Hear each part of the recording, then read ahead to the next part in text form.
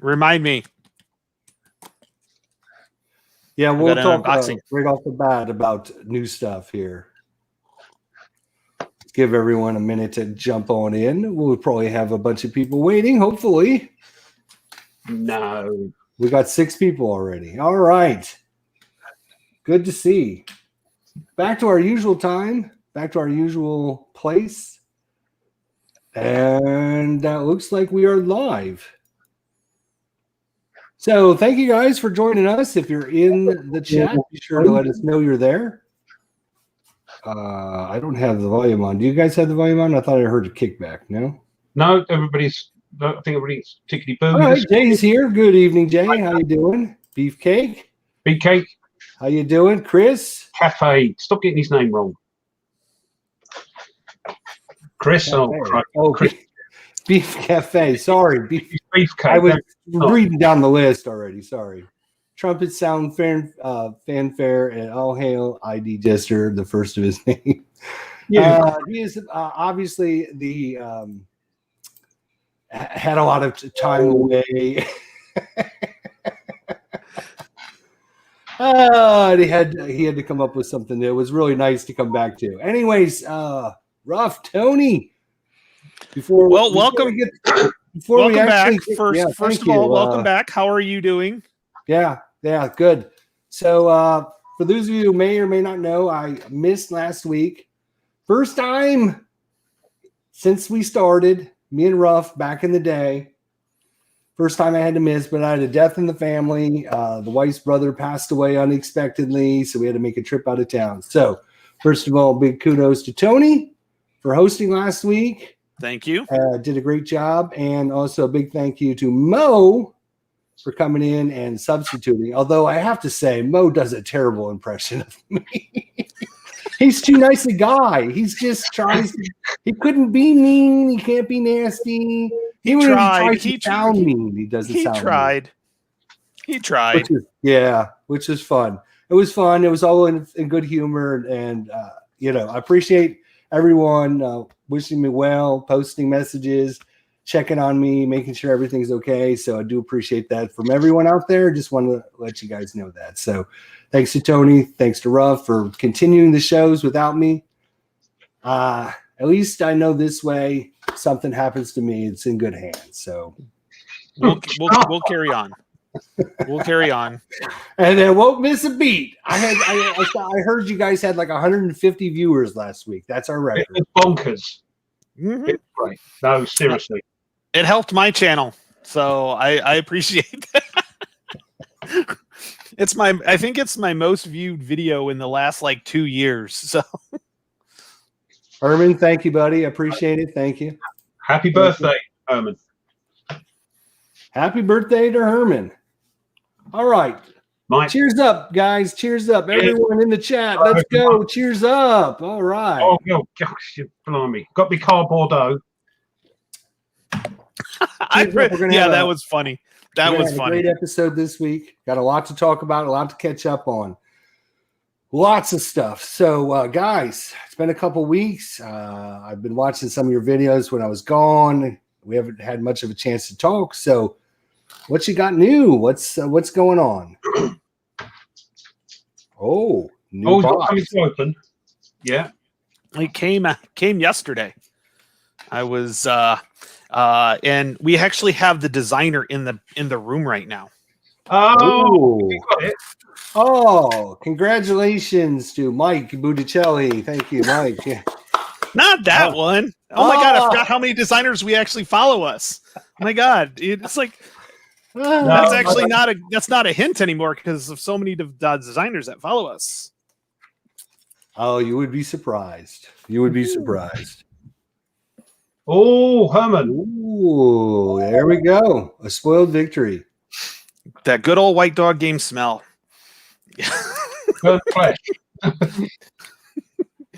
They do the printing, which is I think it's a UV printing, so there's always a smell to that printing. So I think it's the laser cutting, is it? When they burn the it's both actually. It's the printing and the laser. Yeah.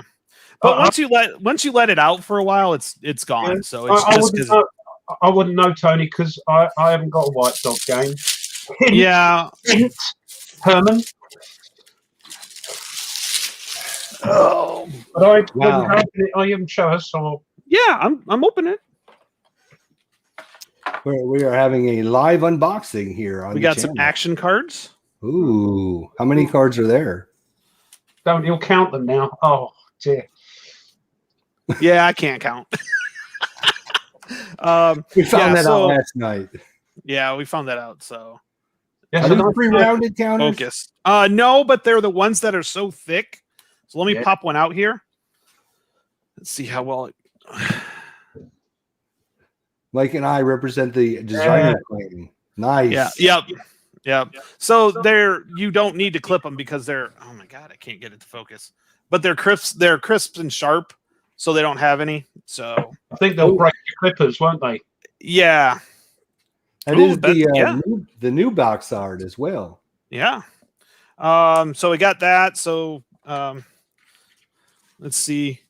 Rules. And then, yeah. And then what I like about these games, I take these games. One is they're solo, so that's cool. Game setup sheet. Hi, Blue Tweezers. And then like the turn track player aid. And what I love is I take these on vacations because that's the size of the map. Yeah, yes, that's a good size. So they're good for, and the boxes are thin. There's not much to them. I mean, physical wise, it's not much to them.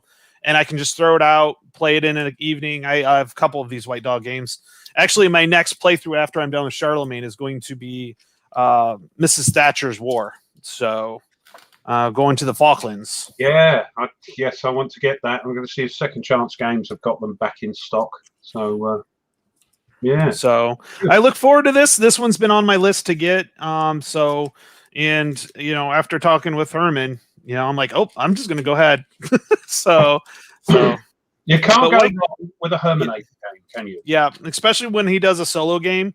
You expect to lose, but have a good time doing it. I got something as well. The new game from Strata Jamata came from Poland yesterday, and there's an unboxing of that on its way, and hopefully a playthrough. It's the same series as the other one that I did a playthrough for. The whose name escapes me. Hold on. Oh, good. We get to see his ass again. There we go. I'm going to do a whole video on every time Ron shows his ass. It's the same series as that one, Battles of the Black Cavalry. And he uses a pack of cards, a deck of cards, to fight and to do initiative and all that sort of stuff. So looking forward to it, because I quite enjoyed it, actually, the other one. And it's something a little bit different. And it's a small map like that one. So that's coming up next week. So yeah, that's all I got, really, apart from, well, it's not a war game, but we might talk about that later when we're doing what we're doing. But yeah, that's all I got, really. Thanks, Herman. Yeah, to represent how unexpected this death in the family was, I actually ordered a couple things on Sunday night, and then we had to leave out of town on Wednesday. So I actually had a couple packages arrive while I was gone. The neighbor was good enough to come over and pick them up for us, so we didn't have to worry about that. So I actually got a couple things here while I was gone. One of them you guys will know because I've started playing it already. And then, of course, is Colonial Twilight, the French-Algerian War, the Coin System, Volume 7. And so I did a video on introductory setup, similarities and differences between this game and other coin games. And now we are in the process of playing it. And I'm looking for more of a group playthrough. So if you guys have played this game or familiar with coin, check out the videos. Come on over when we're doing the live streams and kind of play both sides together with me. And we'll have a lot of fun learning the game together. So should be pretty cool. Good idea. Yeah. Good job I don't live next door to you. You wouldn't have seen them packages again. The other one I got was All Bridges Burning. Another coin, Again, yeah. The coin system. This is volume number 10. Bridge is Burning. I have not even taken this one. I did take it out of the package. That's right. I was clipping counters while I was watching Tony yesterday. So, because there was only like a half a counter sheet. Volume 10 of the coin system. So we'll be able to get, a couple coin games in under our belts while we're here. So you got the 2 odd coin games out of that, because those are the only 2 that are not 4-player right now that have been released. So Correct. And it's interesting. Colonial Twilight is a 2-player one. Mm-hmm. And so I was like looking online to look at videos and stuff, thinking, oh, well, there's got to be lots of playthroughs of this.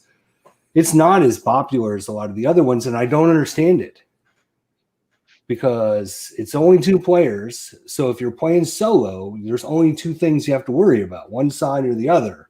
You don't have to worry about how all 4 factions interact with one another.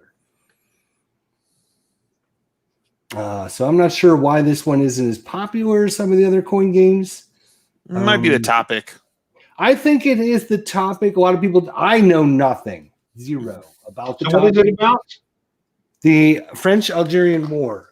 Right, there's not a lot on that, is there? No.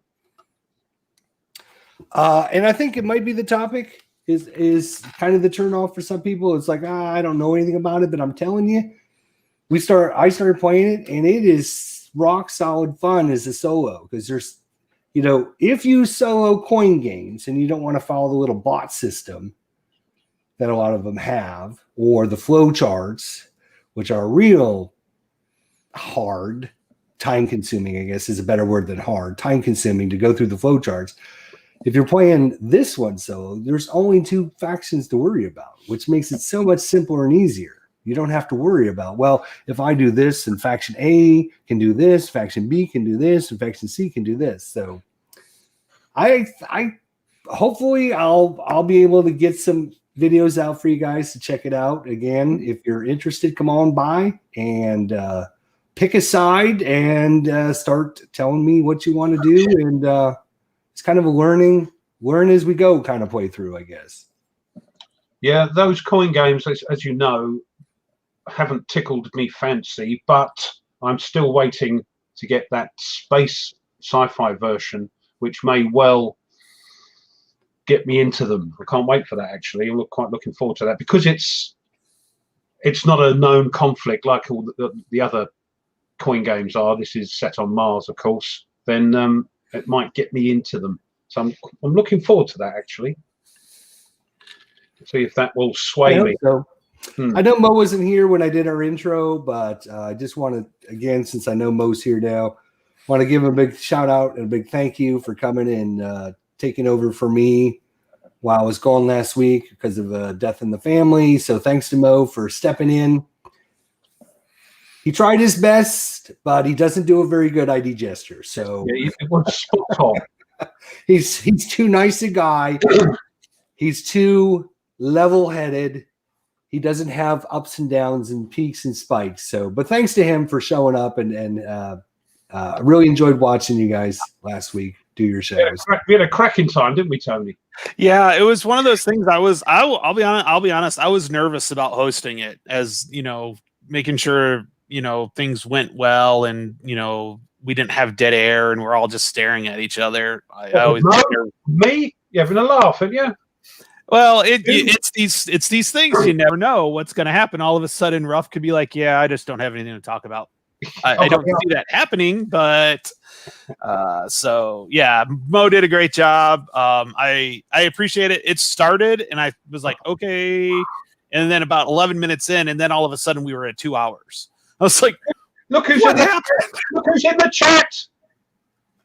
Whoa, Stuka Joe. Stuka Joe, how come he doesn't come on our show? What's up? We got to get Stuka on. We definitely. Why is he like banned and boycotting our show now? Are they too big time for us? What's going on? That's Stuka Joe, brother. I guess we can't talk bad about him.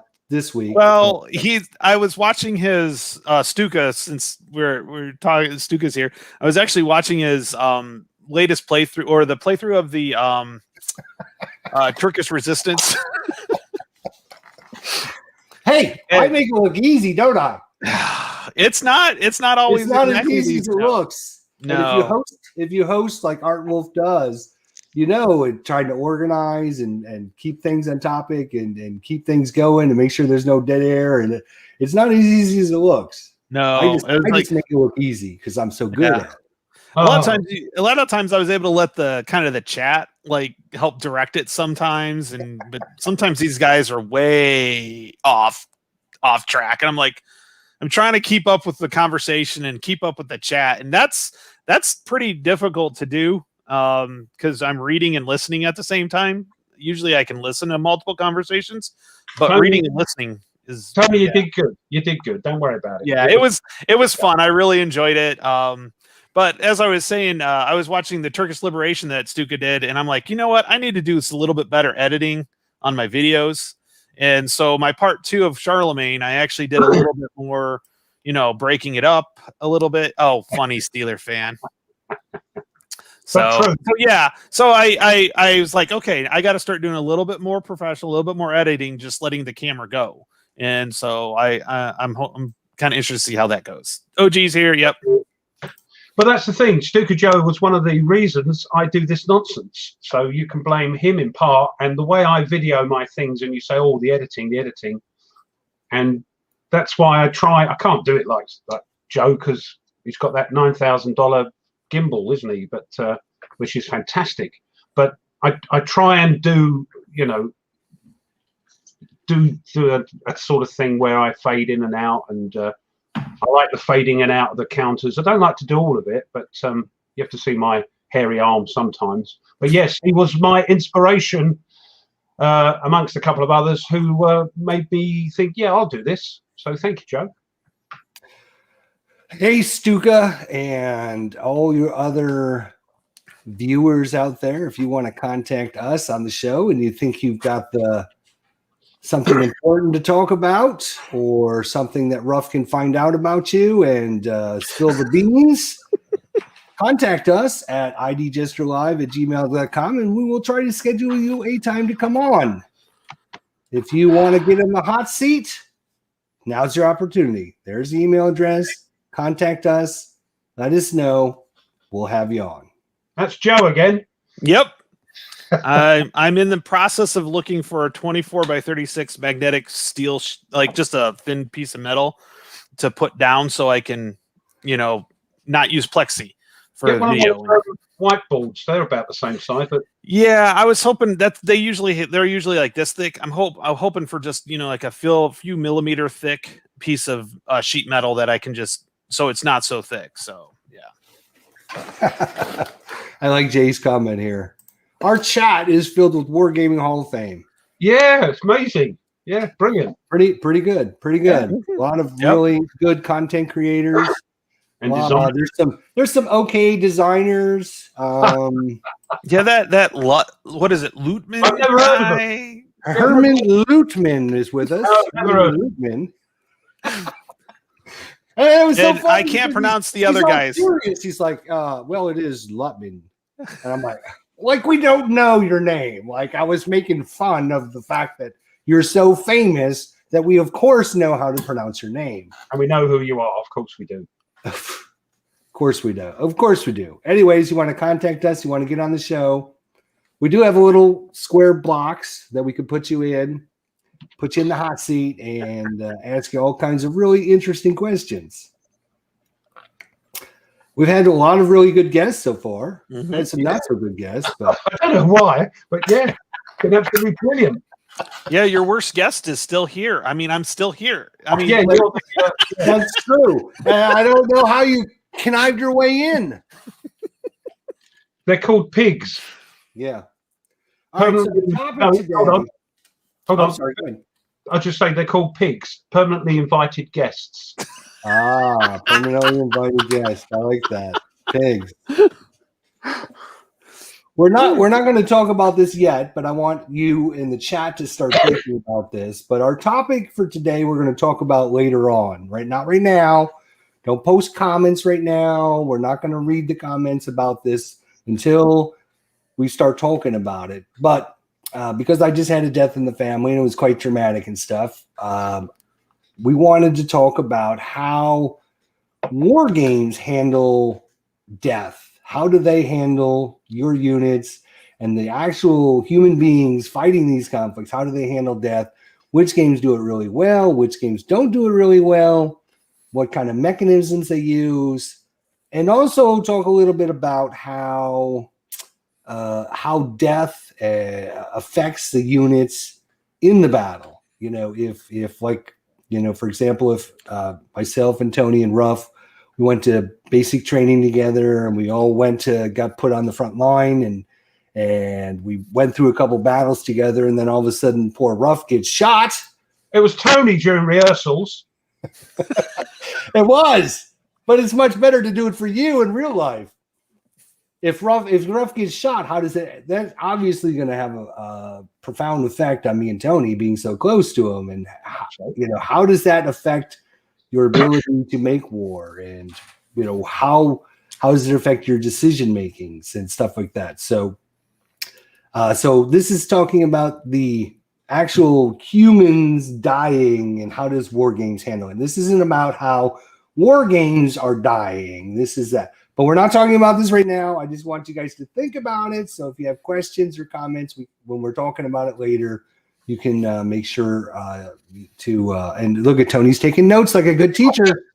What you're doing, you're making this lot take notes and think about things rather than just sitting there and having a good time and chatting amongst themselves. But no, I'm making a quick note because Stigler last night made a good point, and it kind of has to deal with the same thing. So I just want to make sure I remember it, because Stigler made a really good point about something, and why is it titled this. So yeah, I just wanted to make sure I had it written down so I don't forget. He's a clever man. But Stigler, yeah, Stigler's a great guy. Clever man. All right. So the last time I was actually on, I got to talk with Herman Luttman, and a great game designer extraordinaire. And he was supposed to have breaking news. Supposed to have breaking news, which Rough Swordsman did a great job of breaking news ourselves here. And it was a great fun time. But some of the news for his upcoming game, we didn't know anything about. So this week, we're actually going to spend a few minutes and talk about it. So Herman and Mark Walker from Vine Pig Games had actually sent me some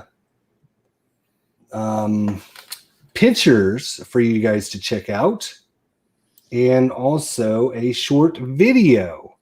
And I'm hoping everything, Herman, if you're still in the chat, I'm hoping everything he sent me is fine to show everyone at this point, or if not, let me know before I do it. And go do it.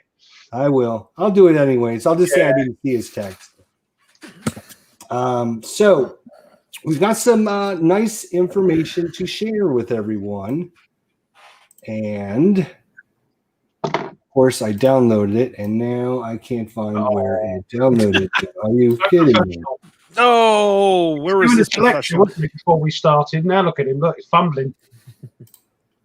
I tell you, guys are a rough crowd here. Rough crowd. I don't know if I mentioned this, but I just had a death in the family, and I'm heartbroken, and I'm in distress, and you're making fun of me now. Don't you feel bad? No, because you're milking it now, and it's sad. And it's terrible. Of course it is. All right, so this is let's share a screen or two so you guys can see this here. Yeah. Oh, you got the approval from Herman, by the way, from the Herminator. He said, "I'm here. It's okay." All right. Good. So this is for Herman Luttman's new game, upcoming game, and I will share my screen with you all. And of course, you can find out more information at Vine Pig Games. This is called a Most Fearful Sacrifice. Kickstarter coming early 2020. Although, surprise, surprise, shh. World premiere. We're going to give you the release date of the Kickstarter. World premiere coming up. Oh my gosh. Are you kidding me?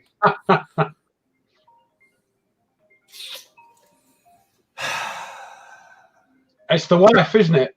Yep, I got to take this call. I will. Well, don't worry. Take it. We'll talk amongst ourselves. Clear that off for a minute. Oh, he hasn't. All right. Yeah, figures.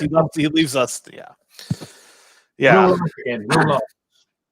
So you read the I'm probably gonna Jester. We did the Chris Ridley did the that's what I thought was hilarious. He did, if Tackle Up Wargame started their own country, who would be what? Of course, I'm the master or the minister of education. Ruff, you're the intelligence service. Yep. Oh, that was quick. Hope you're still talking to each other. Yeah. All right. So sorry about that. We'll talk about that. This is a game by Herman Lutman, and one of his new games, Kickstarter, coming out. It's coming out. Guess when the Kickstarter is? April 1st. No. I know. That would have been fun. I would have loved April 1st. The 4th? April 4th. April 4th. April 4th, the Kickstarter will start for this game. A most fearful sacrifice. This is going to be, of course, 3 days of Gettysburg. You guys have any Gettysburg games? I have the 3 days of Gettysburg. What's Gettysburg? No, I'm joking. Don't hit me. I'm joking. I actually have a couple. I have that one. I have the 3 days of Gettysburg. I have Longstreet's Attacks, which is day 2 of Gettysburg, which is also a Herman game. And then I also have the C3I magazine Gettysburg version. So Mark Herman one. Yes. Mm-hmm. He did that with what was it, Waterloo or Issy? Same. So those are the ones I do have. Yeah. I will be getting this one because it's Gettysburg. I don't actually think I own any Civil War games, so I think I might just pick this one up because I don't own it. As I keep saying, it being English, it hasn't scratched that itch. I have Kernstown, which Herman designed the overall thing for, and I may well get that out because it does look lovely on the table, I must admit. But this game does look good, doesn't it, Herman? Hint. Anyway, but it might. I might get Kernstown out. So yeah, it does look good though. It's got cards and nonsense and all that. It was neat talking to him about this game for sure and figuring out why he did it with the cards instead of chips. Yeah, it's April 6th. I didn't want to say. Yeah, it is the 6th. I just checked. I thought it was 4th. Sorry. Yeah, I thought it was the 4th too. It is the 6th, April 6th for you guys out there. Kickstarter will start. So thanks to Mo for reminding me of that. He would, wouldn't he? Of course. He's got to try and keep us on our toes. He's got to try and take all of our thunder away. All right. So I've got a few screenshots here for you guys. This is looks like part of the rule book. Scenarios, yeah. I'm sorry, scenarios. Yeah. I think he said there was going to be like a crap ton of scenarios, so that'll be good. And some with smaller maps and all that sort of thing. So yeah. Scenario number 1 is the slaughter pen. Scenario 2 is LOL be coming around the mountain. I know the song. It'll be coming around the mountain. I didn't mean sing it. See what happens when I step away for a few minutes. Yeah. Well, what are you leaving for, Herman? You should be glued to your computer. So we got that one here. We got some screenshots here of the actual. I'm assuming this is like a Vassal module screenshot of the game. Obviously, I love his maps. You're not so keen, are you, Tony? But I love those maps. They're so contemporary looking. I don't hate them. Let's put it that way. 13 scenarios. Yeah. Oh, cool. 9 use just one map. 9, right. So there you go. 13 scenarios right from the designer himself. He knows everything. So, well, I hope so. I don't know. We talked about this before we started about designers and what they do and don't know. Well, yeah, let's not go. Oh, it's there. actually a tabletop simulator module. Okay, so this is a tabletop simulator module. Another screen. I was about to say there's crooked chits, and you can't do crooked chits in Vassal. Yeah. The chits look really good, actually. Mm-hmm. You can check them out. These are really nice looking calendars.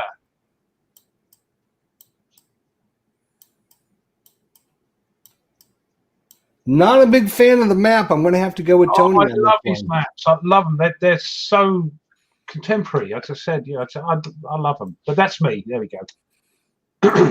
I love the detail on them, though. He throws a tree in there, and there's some rocks in there. It looks like it was written, was drawn on at the time. By a 12-year-old, maybe. Oh, no, I'm just kidding. Herman, just kidding. Don't get all bent out of shape now. Hey, can't say anything anymore. You're triggering Jezza. He has OCD. He can't handle the crooked counters. I'm with you there, James. Looks like we got a bunch of clowns here on this counter. Oh, good grief. Those are the Zouaves, by the way. I do know that. I'm kidding. God, I know. I'm educating those that may not know that. It's a good job we know you. More screenshots, tabletop simulator. They look lovely. You can have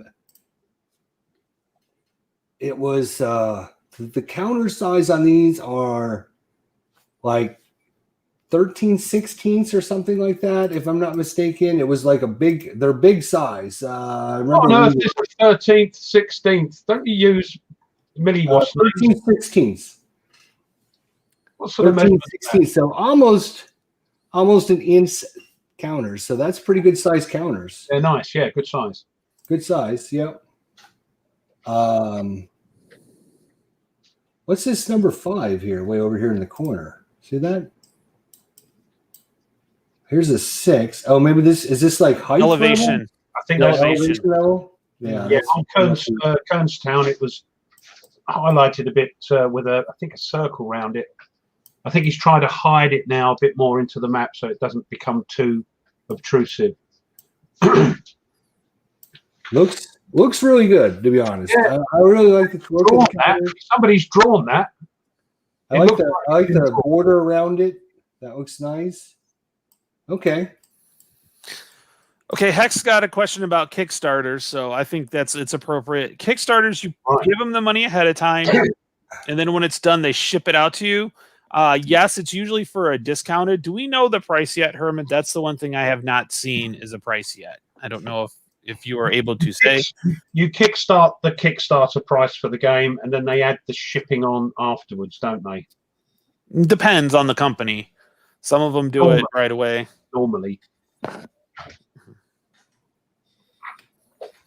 But I usually just go with games I know. Every once in a while, I'll take a flyer like I did with Fortress games. But yeah, Kickstarters, yeah. So you're basically buying something ahead of time to give them the money to produce it. Yeah. And then once it's done being produced, they'll ship it to you. So Herman does not know the prices of yet. Well, dear oh Lord, Herman. Ruff, you should know this. You're in charge of intelligence. Really? Come on, Ruff. Well, Seriously. I think it's going for about $16.95. $16.95. All right, that's a good price. That's a good price. Now, what I'm going to do here for this next bit is we actually have a video for you guys. Yes, yeah, I think that's a video. And I got to move my microphone over there so the microphone can pick up the sound of the video. Oh, so if you guys can't hear, let me know. Nice planes on the on your desktop, by the way. Oh, thanks. All right, so we're going to play the video now. Are you ready for the world premiere? Are you? Is it the world premiere? It is.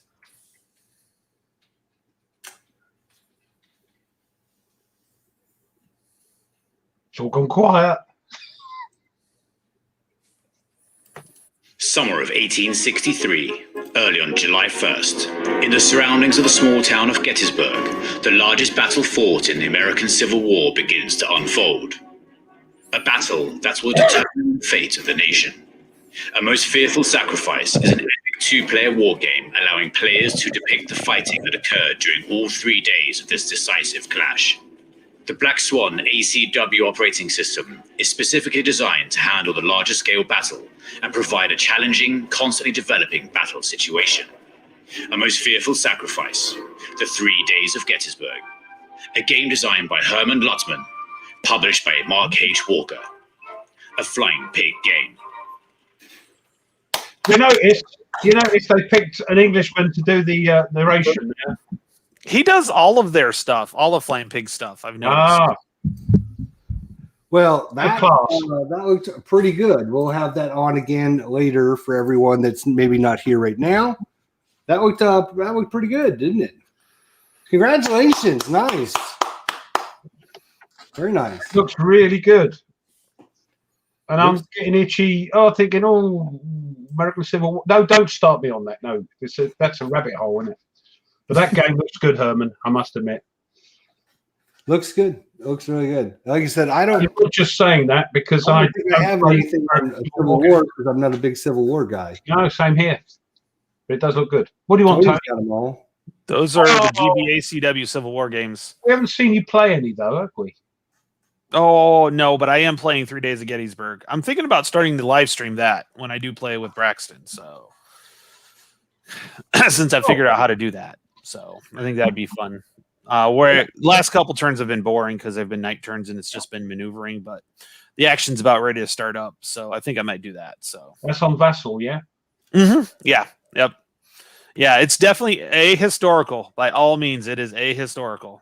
But I have some pretty good fans. Of course it does, Herman. Of course it does. Well, we will show those again later on in the episode for people that aren't here right now. So, looking forward. April 6th, guys. We said it earlier wrong. April 4th. It's now April 6th. They keep pushing it back. I don't know what's wrong with them.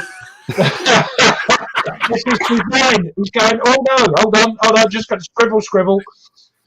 But Jez says, what happens if it doesn't get made?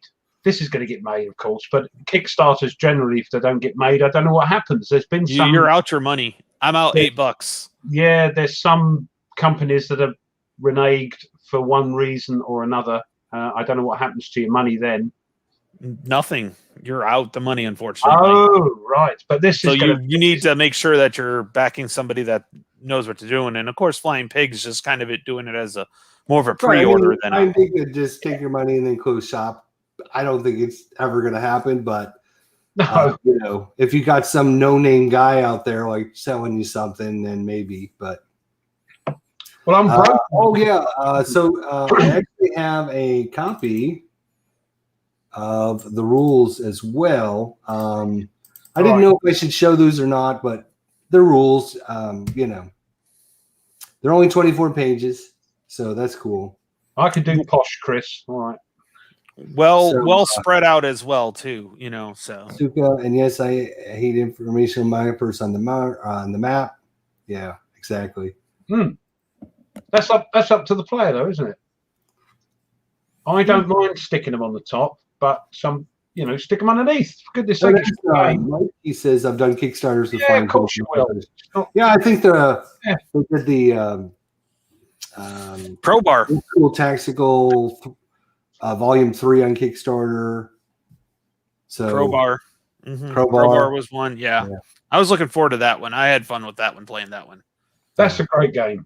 Who designed that? Some Lutman guy. I don't know. Loot player? Lootman. Guys, it's Lootman. I thought it was Loot player. Somebody anyway, but yeah, it's not a bad game. Whoever it was that designed it. Yeah, it's going to be interesting. I plan on doing so when this comes out. I do plan on doing a comparison of the. Obviously, it's not going to be an equal comparison because the complexity for the GBACW is a little higher. Definitely, you can tell. But I kind of want to see on the fun factor which one I find more. Well, Yeah, more fun. So I know. And I'm gonna finally show you guys the big surprise. What? You shot the video. The world premiere video was the surprise. That's not the surprise. Mo just sent me something a little bit ago, courtesy of Mo and Herman. Yeah, rehearsed this. Ruff, You ready you for saw this? it already. You saw it already, Ruff. Did he? not on the show channel, I think. Yeah, I'm the intelligence officer. Of course, I've seen it. Yes, go on. Oh, yep. Yes. Wow, look at that. That is the whole kit and caboodle right there. It's a big map. What fool designed a map that size?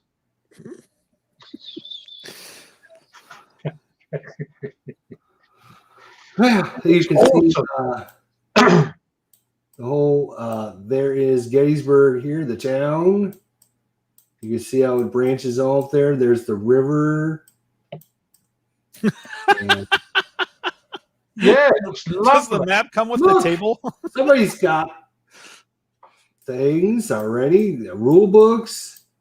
Here's some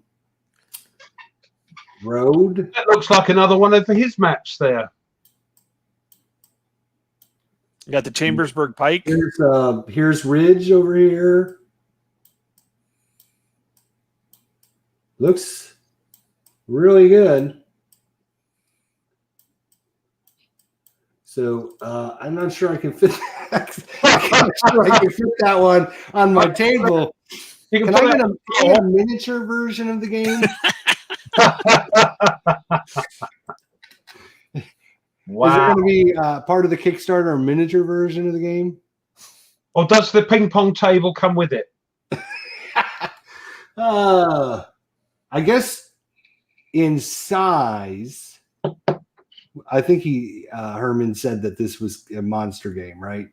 Size-wise, definitely, but not Yeah. rules. Yeah. Not But all not with counters, because I think there's only like 324 counters. If what I There was three. I think I said I saw 352 on the Maybe large ones, and yeah. then 170 some on the smaller ones. Yeah, but only 4 scenarios use all those maps, though. Don't yeah. 9 of them use only one map.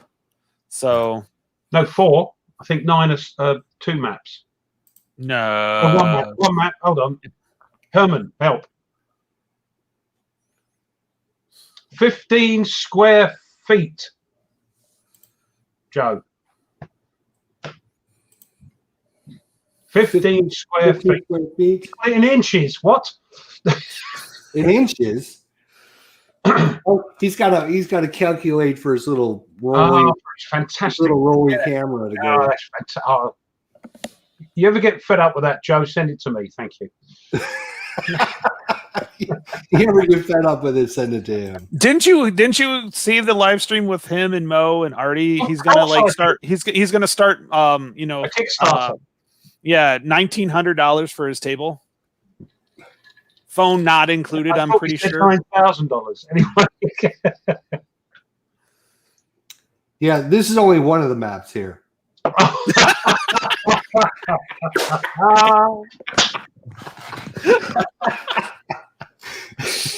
You have to book a little porter ticket. It looks brilliant, doesn't it? Look at that. Look. We don't know the cost yet, Philip. It's 110 on the page, but I think that's the retail price. I don't Retail know price price. 110. I'm not sure what the Kickstarter is going to go for. Yeah. Oh, he's just kidding. It's both now. Okay, all right. All right. We know. But that's a big old. So there you go. That is a look. We'll before we get out of here later, we'll just go through the videos and everything one more time for those that aren't here right now. But thanks, Herman, for putting out another game. Thanks, Herman, for putting up with our shtick, as they say. That was a fun episode a couple weeks ago. We had a good time. We Yeah. had a good time. I've never seen a designer go so like white in the face. I was gonna screenshot that. I forgot to do that. I'll have to do that for next week's show. He's That'll be sussed. our intro. He's sussed, by the way. It'll be slow motion where you see a guy go from white to red. That was good, and he took it in the way I intended to give it. So yeah, it was good fun. That thanks, Herman. Yeah, it was a good time. Good time. What else did I miss while I was gone? Hey, What did you guys talk about last week? I know one honestly, thing you can't talked about. remember. I know one thing you talked about because I wasn't very happy. It was about how many subscribers you have now. Oh yeah. So Ruff, you're up over 2,000 now. I've got over 2,000. I really can't. I've got to make a video next week just to thank everyone. I can't believe 2,000. I think it's 2,300 and no 2,036 or something like that. And I'm thinking I couldn't fit them in my kitchen. You know that's bonkers. It's amazing. And Tony's been doing well as well. You know, he's sort of. I'm going up slowly Yeah. and surely, and I'm okay with that. I'm not doing it for the subs. I'm doing it for yeah. So yes, we thank me and Tony. If I can speak on your behalf, Tony, we thank everyone from the bottom of our from the heart of our bottoms. Thank you very much. Bottom of our hearts. Thank you very much. As I said last night, I have a voice and a face. I have a face for radio, but not a voice for radio. So. I can't stand editing because I can't stand listening to my voice. I don't know how my students do it all day, every day, but they do. Tony, you just get used to it and blank it out and just got to get the video out. I sound awful. Yeah. Nobody likes the sound of their voice or watching. Even I'm watching myself on this thing. I can't. You know, I'm sort of like I can't stand it. You know. But did you notice? One thing I did notice when you guys were talking about it, and Tony, you've got like almost 500 now. Yeah, I'm like 450, close to over 450 now. Yeah, I'm getting there. Yeah, it's good. Yeah, but the one thing I did notice, you guys know where I'm headed with this, right? I didn't hear not one, thanks to the guy who got you started. I've started way before you. Oh, here we go. Started. Big time. Not your little stuff you were doing. Not one. Thank you. Out of this one. I'm reading the book. I've been carrying you two guys for years now. Wait, years. I haven't been on for years. Not one thank you. I've said thank you multiple times. I also said eventually your coattails aren't going to be big enough for me because according to Mr. Ridley, all mine are game designers. All my subs are game designers, except for you two. So, well, you do name drop a lot, Tony. You must admit. He does. Not as much as lately. Lately, we've all been dropping names. We all know many more. Yeah, very good YouTubers and designers, and that's great. Yeah, it's what's fun is yeah. Yeah, I know he did text me and said, I went, yeah. But yeah, it was good fun.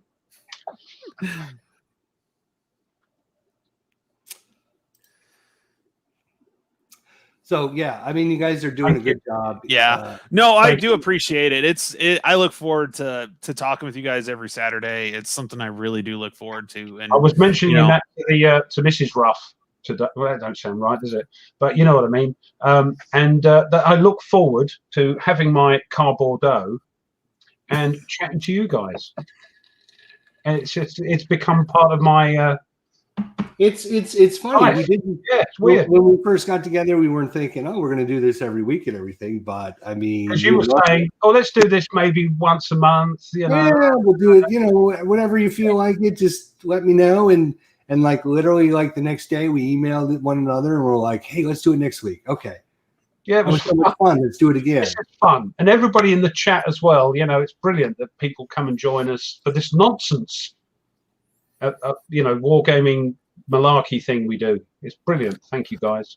Yeah, and the one thing is I always wanted to show that most of us are just regular guys that just got bored and wanted to do something, for the hobby that we enjoy. And my goal when I kind of got in here and when we started talking about having guests was to show that designers are just as much like us, except for Herman. He's like on a whole nother level on design, but everybody else is just kind of like us. And the designers are gamers too. They like to play games, and after I realized a couple of people that I were playing with were actually designers, and I'm not going to name drop, but you are.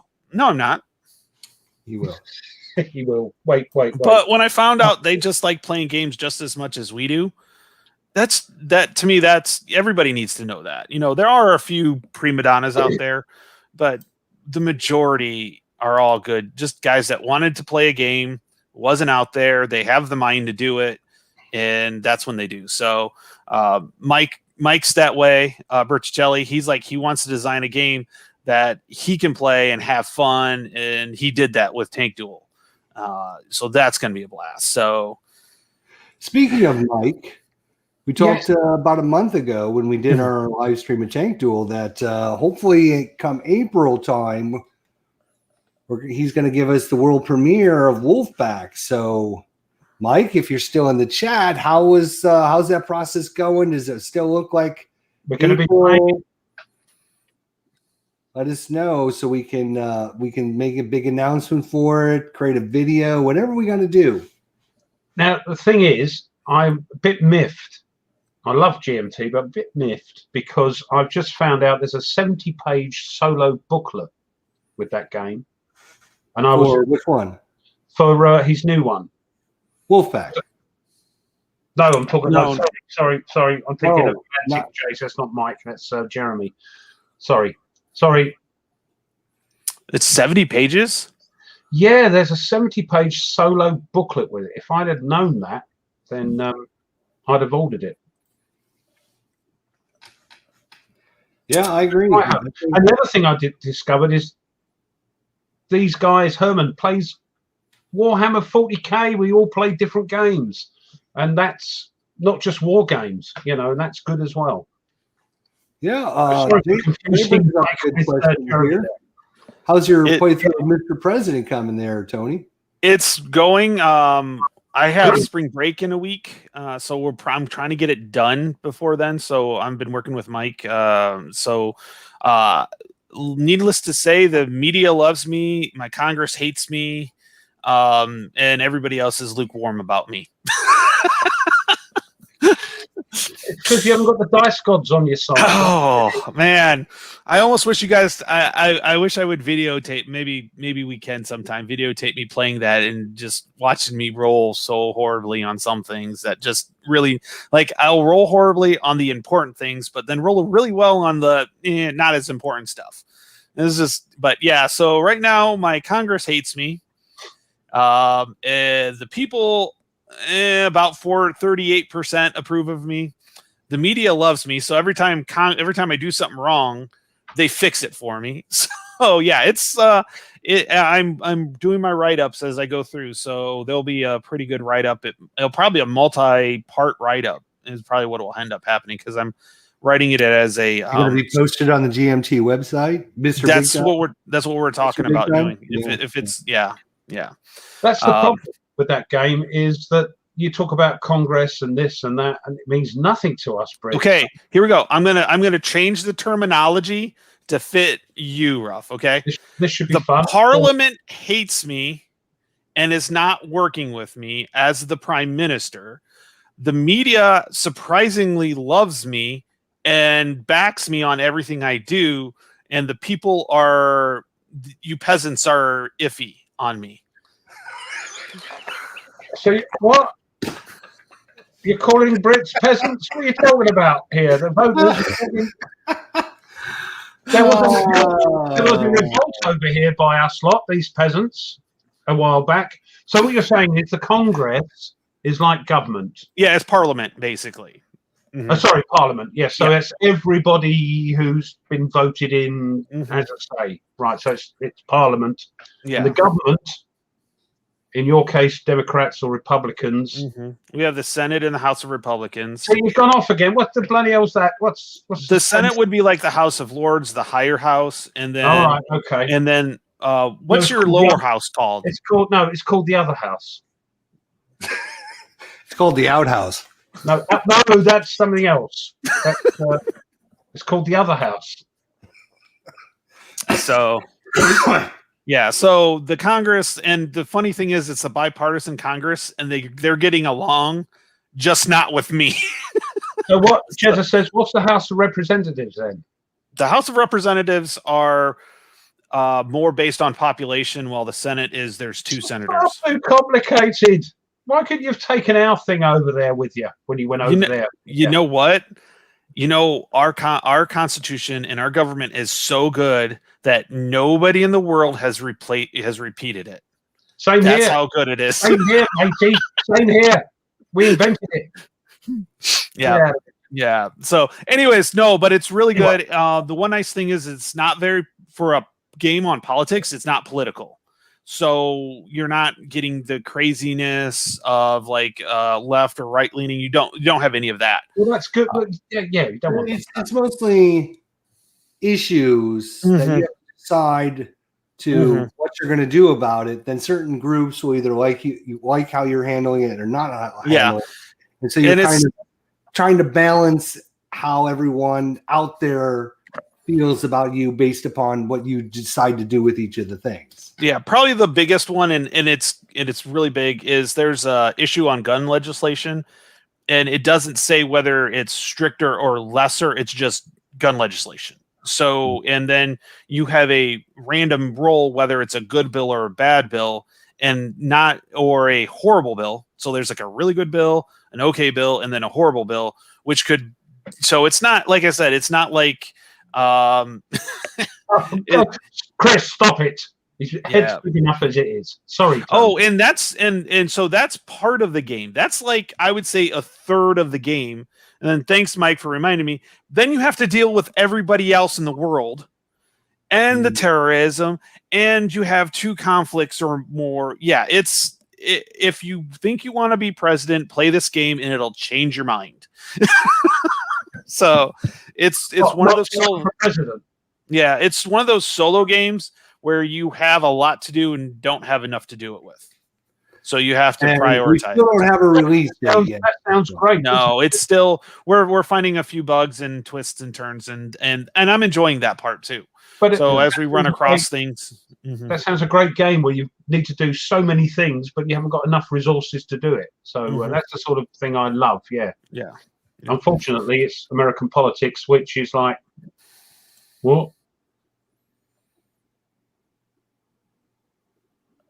Yeah, China and Russia are the two big 800-pound gorillas that you have to deal with. So yeah, it's really good. Mike, design one for us lot. I was going to say, I mean, if this one goes over well, and there's over 2,000 Kickstarters on this one. But it should be popular, with you guys. There is, let's see what the number's up to, boys. Let's see what the number's up to. Yeah, Jay, the foreign interaction is more regions, not individual countries. So you have like the Eurozone, which is like Western Europe, and then you have Eastern Europe.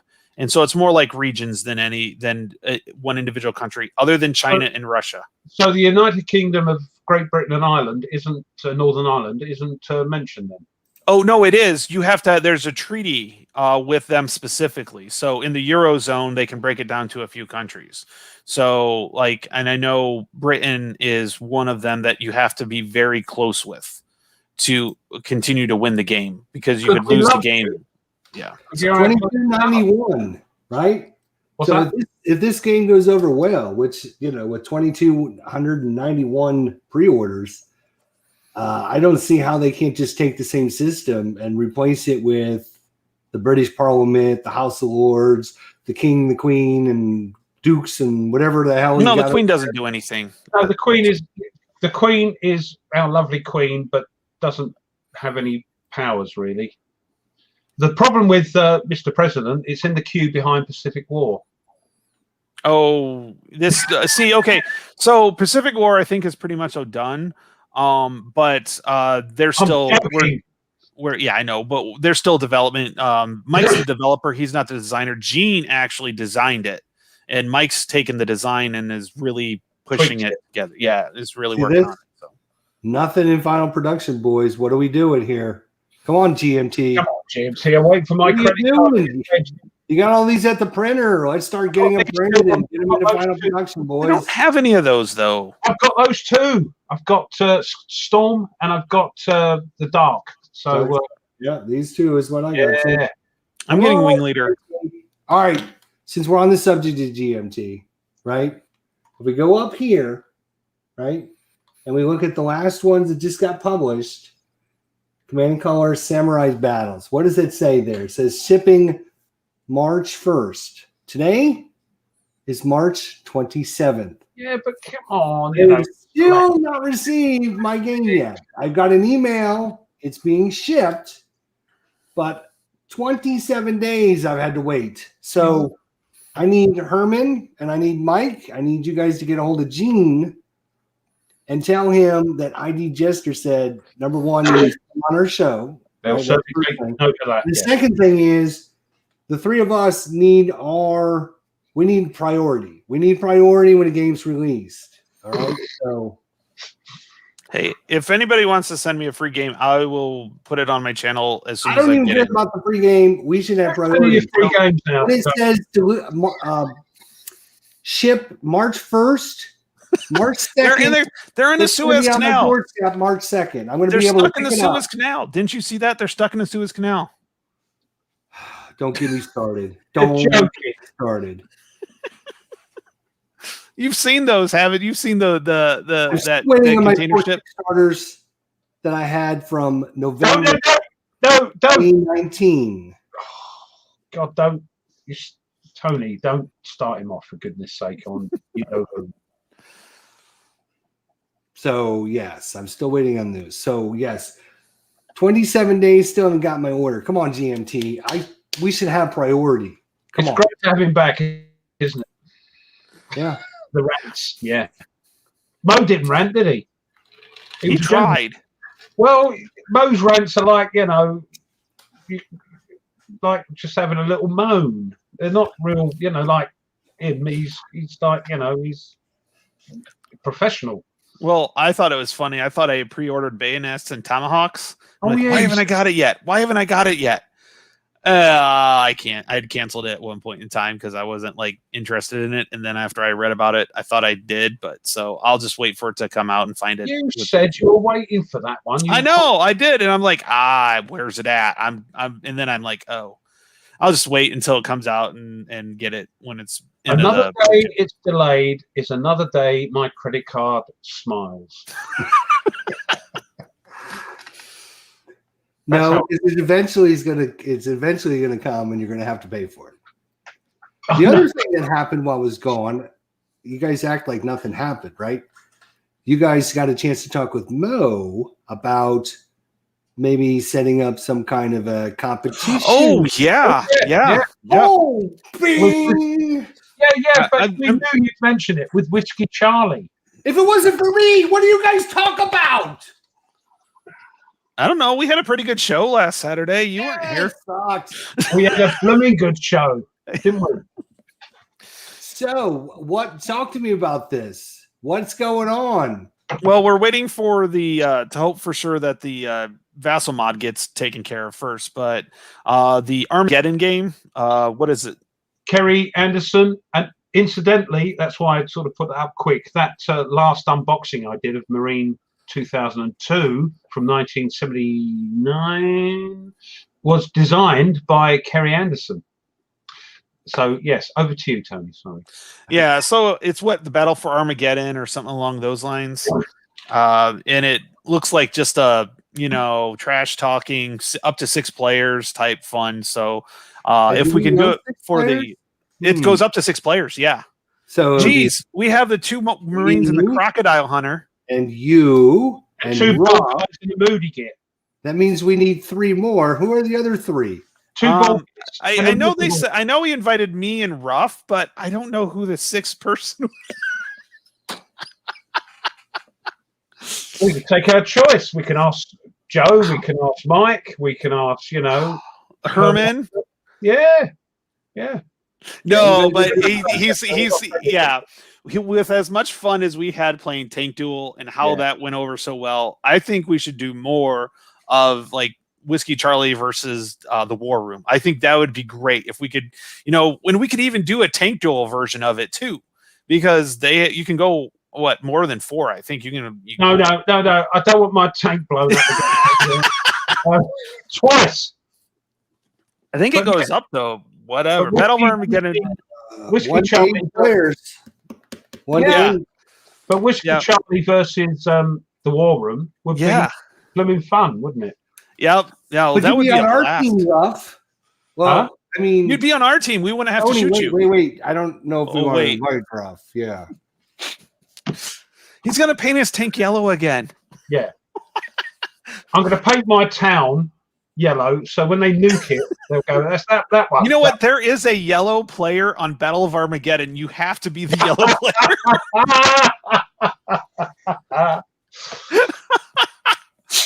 But no, so if we can do that, there's Dragoons, right? Yeah. Mo's never played Tank Duel. He's a tanker and has never played Tank Duel. Who? I think we should do Battle of Armageddon and Tank Duel. I think we should do both. I think I really enjoyed that, Mike. That was a blast. Yeah, that was so much fun. Mike could just be the referee to make sure that we don't cheat. Well, tell me what to do. No wonder your son beats you every time. Yeah, my son beats me at Men of Iron. Yeah. But that was a good time. I'm hoping we have just as good a time when we do Wolfpack, Mike. Yeah, because that's going to be cooperative. So, yeah. That'll be interesting. It's almost April. You got 3 days to finish that up. Let's go. Just say April, May, to be fair to Mike. No, he said April. Oh, all right. April 1st is in 3 days, 4 days. We'll give him till next week to get it done. Sorry. He's like, I can do that. He can do it. All right, okay. We're up for that. Yeah. Talking about, yes, I don't drink whiskey, Mo. I can't. No, Mo, you're not invited for subs. Just Tank Duel. Sorry. Now they're trying to ride our coattails too. Oh my gosh. Tell you guys are heavy. I got to carry Mo. I've got to carry wardrobe. I got to carry OG. I mean, you guys are getting. Is your back getting too heavy? It's getting tired of carrying us. Invisible backpack of yours is full of rocks, isn't it? Yeah. No, that was we're just kind of waiting on that. But definitely, we can have the 2 Marines and the Crocodile Hunter versus 2 Baldies and the miserable. What was it when you said miserable Git? Yeah. I heard what you said.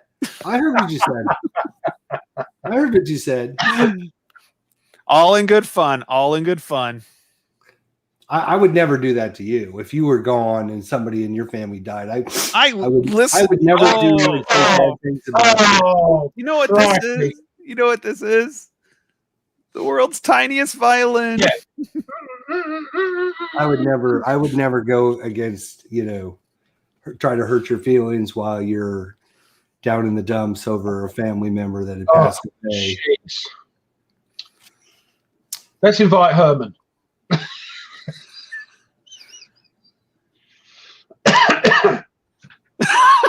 Yeah. Never heard of it. If Mo's organising it, he chooses the teams, doesn't he?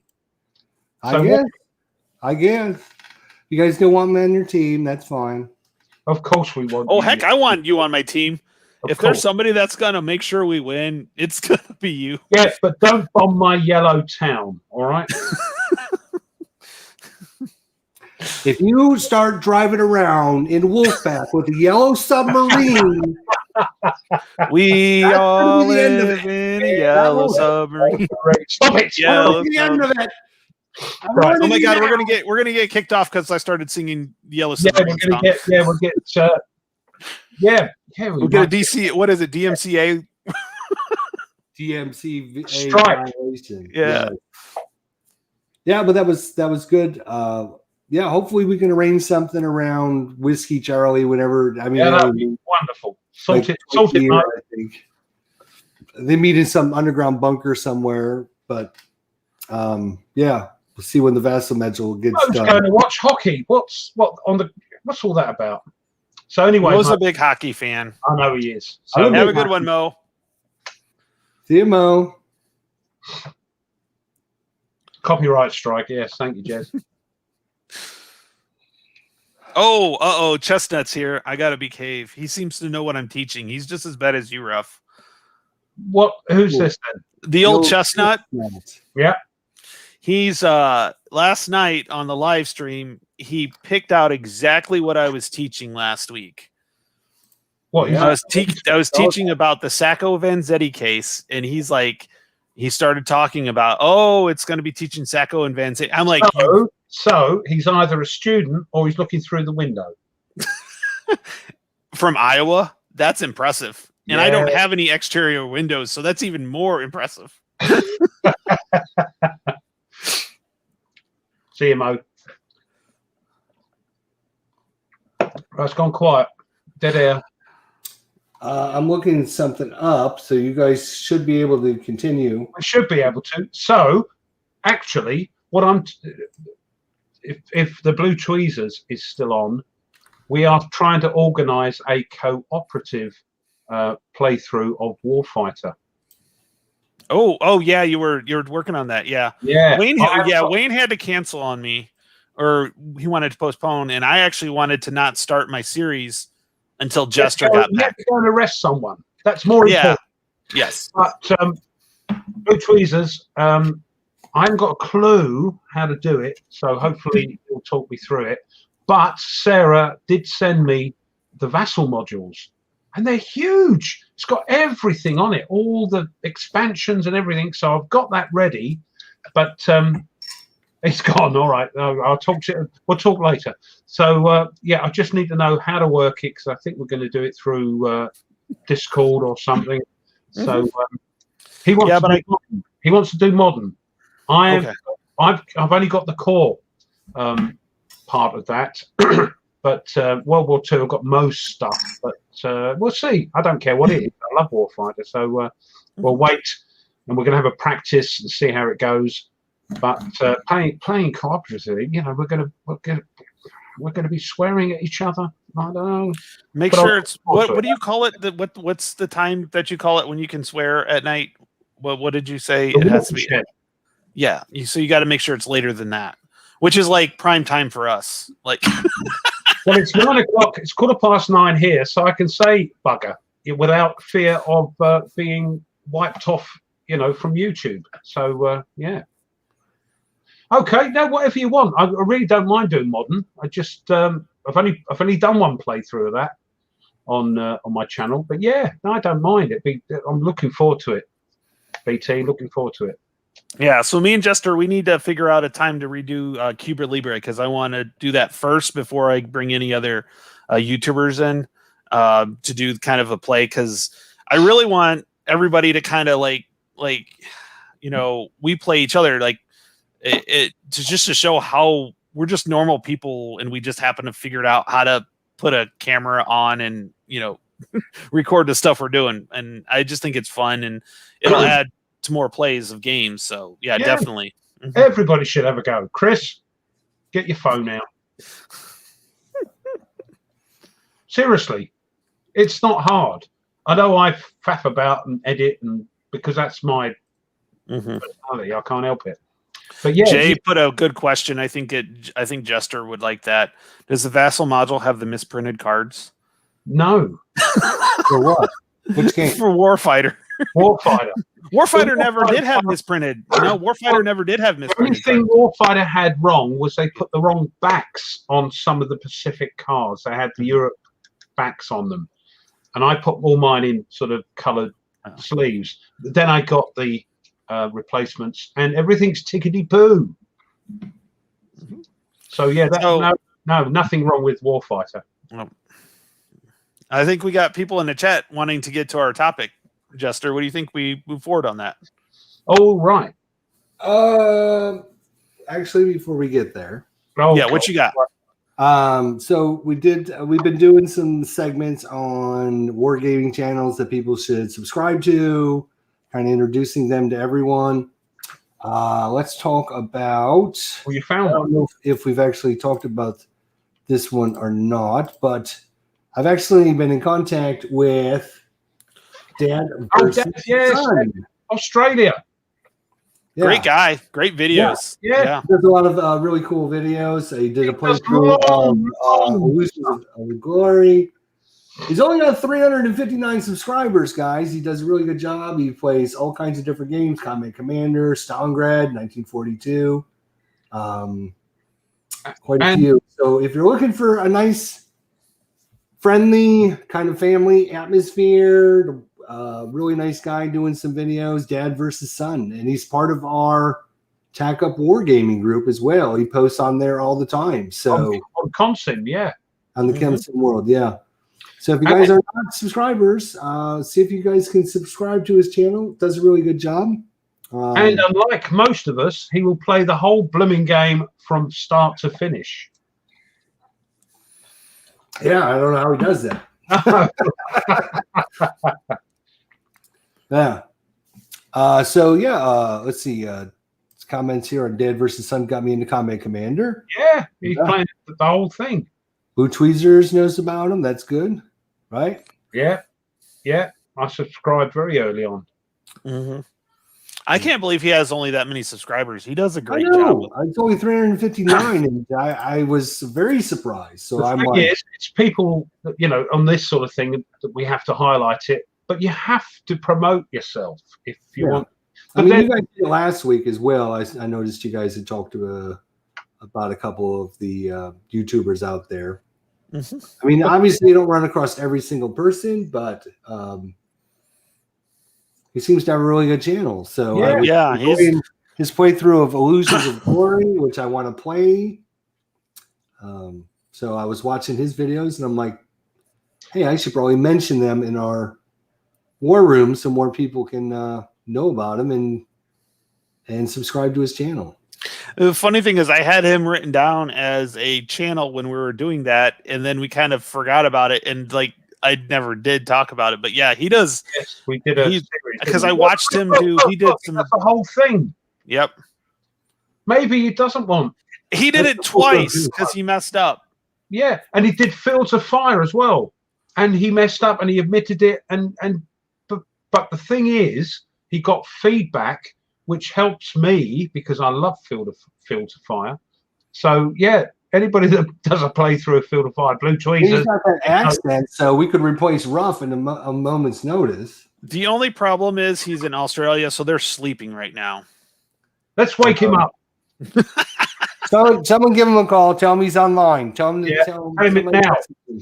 He is our Minister of Cultural and Tourism. Oh, is he? Yes. I missed that one. Okay. Yep. And if nobody knows what you're talking about, that scallywag Chris put a complete sort of parliamentary who's who on Consim World about who does what for TAC. So there you go. Yeah, if you haven't been there, get on Consim World, join Tack Up. Yeah, Definitely. Boys, come on. If you're just come for the videos and you just come to see our purity faces, you're missing half the fun because we got a face up Tack Up Wargaming Consim World group, and we also have a Facebook group. So look us up, people. And they're both. I don't know which one's got the most subscribers. I think the Consim World does because there is some massive posts here. We're up to like 46, if not higher. Stuff on, so get over to Consim World. Like Chris, who's obviously has no life other than us, because he posts these like 5,000 page comments and talks about all these books and everything. So it's just the who's who. It's me, isn't it, Chris? Eh? It's amazing what he's done, to be honest. Yeah, he's a good. I always like Chris for his humor. He's got that dry Brit humor. He must have like three rooms full of books, because I've never seen anyone post so many comments about books. He must be well versed. or he's just a collector. Or he's got too much time in his hands. That's what I'm saying. He doesn't have I think a life. he's retired. I think he's retired. I think he said he's He retired. literally can't have a life and do all this other stuff. There's no way. So, ComSim World, look us up. Tack up Wargaming. Yeah, get on there. Get on ComSim World anyway. There's 48 members. Yeah, 48 members. And, of course, our Facebook group.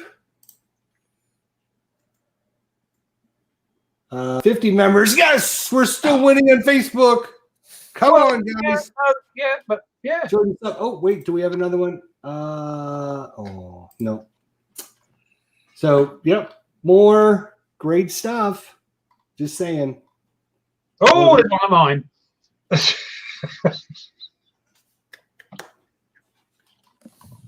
All right. Before we get to our main subject today, let's talk about Dan for a minute, shall we? Well, it depends what you're going to talk about, Dan. Dan mentioning Tony's brand new his brand new show that he's producing. So, Tony, how about that, huh? I got a new show called The War Game, apparently. The War Room. The War Room, yeah. I'm going to call it The War Game, though. So it's going to be called The War Game. Because Jester specifically said that if I start my own show, I cannot use The War Room. So I'm going to change it to The War Room Gang. And that way... No, I'm going to do The War Room Gang. So that way... I'm having War Game. Then all right, I'm having that because when we break away, when we get too big, we get too big. Yeah, we can break away and do our own thing. You know, like musicians. Yeah, they get too big and they want to do their own projects, don't they? So I think that's what we'll do. And then we do a reunion like couple videos and realize 19 years later, like the Eagles, we can get back together. Yeah, the final reunion, and then next year it's the final reunion. Yeah. Don't you think we haven't talked about that? Thanks. Be in touch, BT, and let me know and talk me through it, please. War Broom. There you go. Just swipe the floor with it.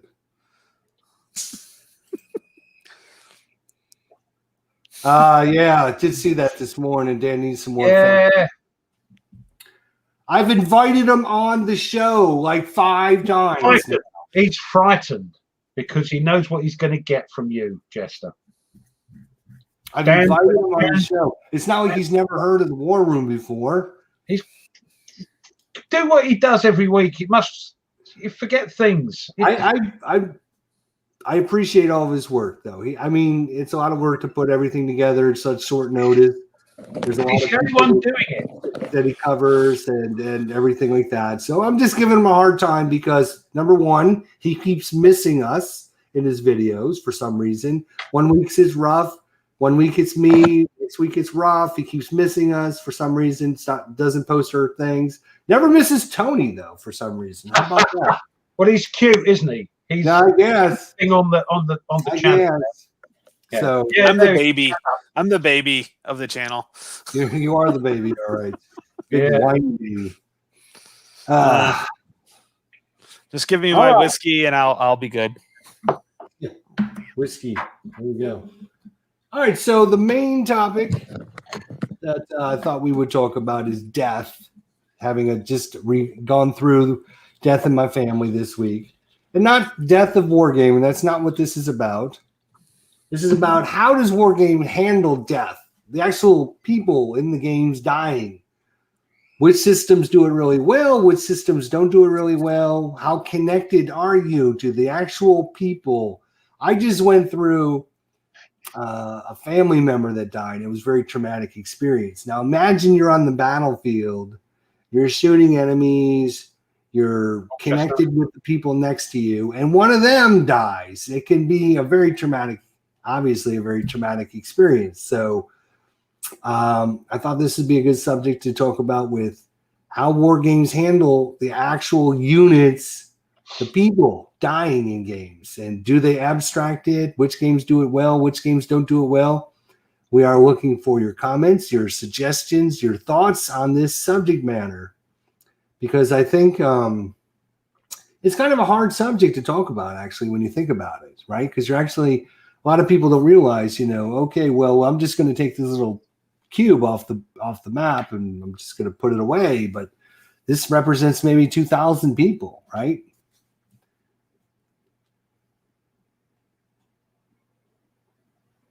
You want us to talk?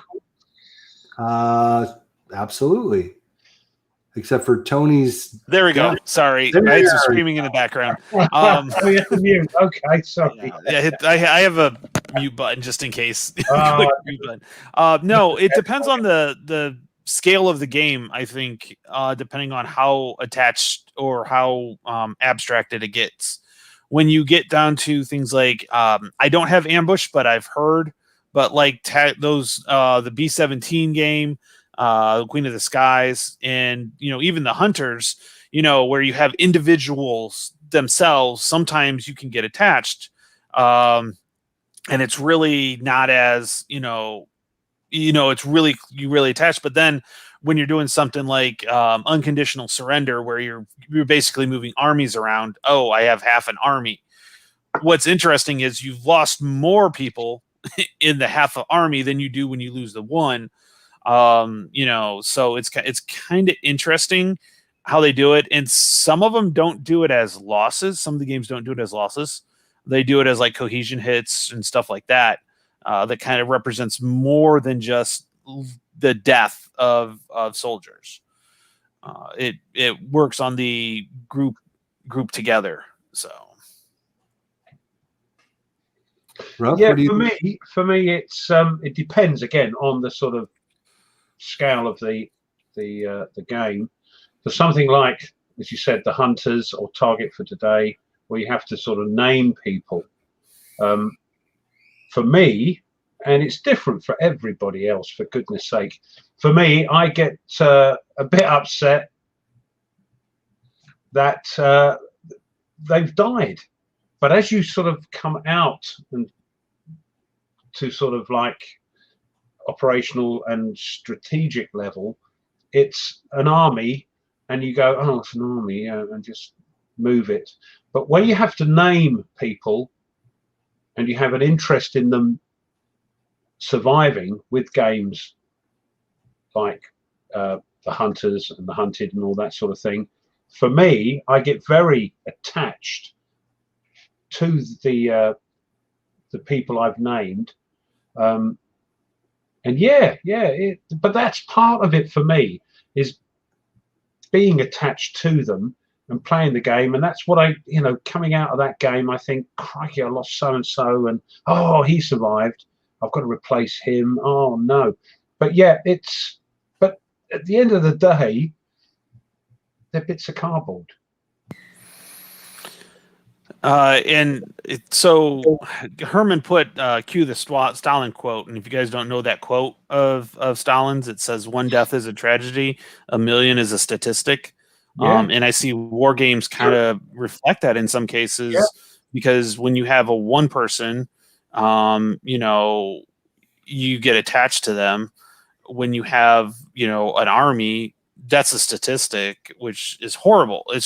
But it's unfortunately in wargaming, they're bits of cardboard and stuff like that. Yeah, but you're unrelated to an army, aren't you? Mm-hmm. So whereas Fred up front in the plane is somebody you don't want to lose, and then when he gets shot in the leg, or he's dead and you have to drag him out the seat and then replace him with somebody else, it gets a bit.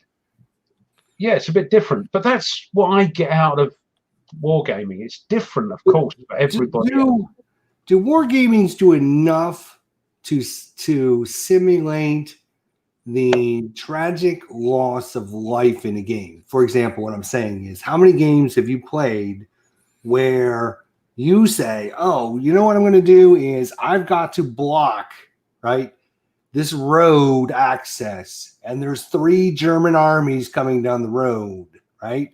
And you're like, oh, I'm just going to move this chit on the road who's going to get completely demolished by these 3 German armies coming down the road. And you do it without any thought or whatever about the situation. Yeah. And the game's rules don't really say, well, your units, being smart, intelligent people, knowing there's 3 armies coming down the road, aren't going to move there because hell no, we're going to get wiped out by these guys. Why would we move that over there? Because it stops them for a turn, because that's the game. I Whereas, understand that. That's what I'm saying. Do war games represent the actual?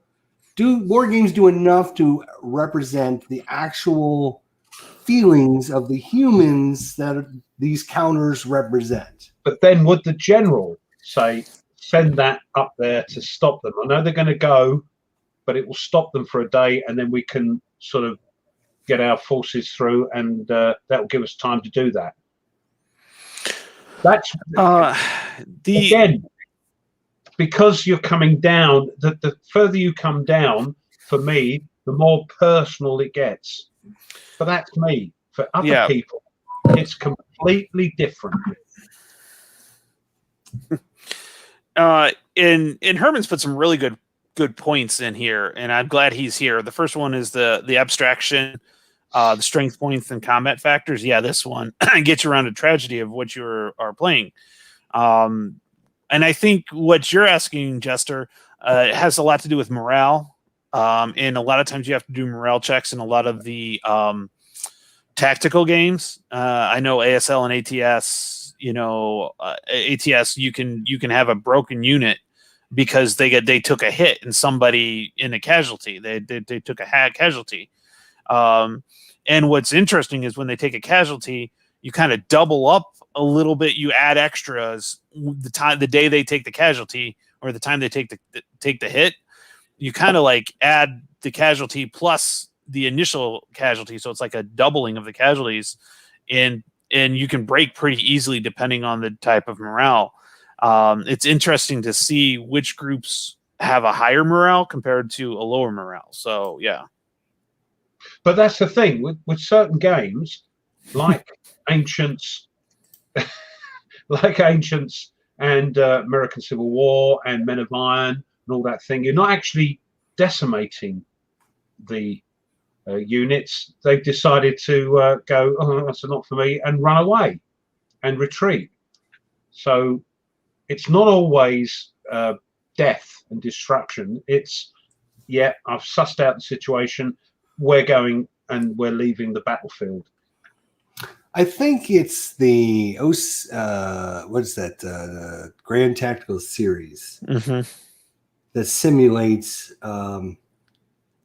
One of the rules I really like about it is the fact that whenever you move a unit within an enemy's fire range or whatever it was called in that game, you have to roll to see if you take a cohesion hit, right? Because you're basically the same thing as you guys are saying, is you're moving into where the enemy can now shoot at you. Some people aren't going to move up. Some people are going to freeze under combat. Some people are just going to, see their buddy die and they're going to sit there and cry over him or whatever. So you're going to lose those things where you're rolling these dice. I just don't see a lot of game systems that take the actual human element into, I guess they want to take that part out of it. I would say that's probably more. That's probably more true than not, because honestly, if you actually put too much element of that into it, you're not gonna want to play the games. It is a game in the outright, so there should be some fun to it, and as long as you understand that, I think that's a big thing. So, but things like cohesion and disruption take into account things, not only the fatalities, but also the morale. People are going, oh, and cowering and all that sort of thing. So I think most games tend to deal with that pretty okay because it's an abstract thing. But yeah, disruption, cohesion, that sort of thing. You have to be aware that that's not just units dying or men dying. It's men cowering. It's men falling back. It's men pushing forward. Yeah, that's what I'm. Yeah.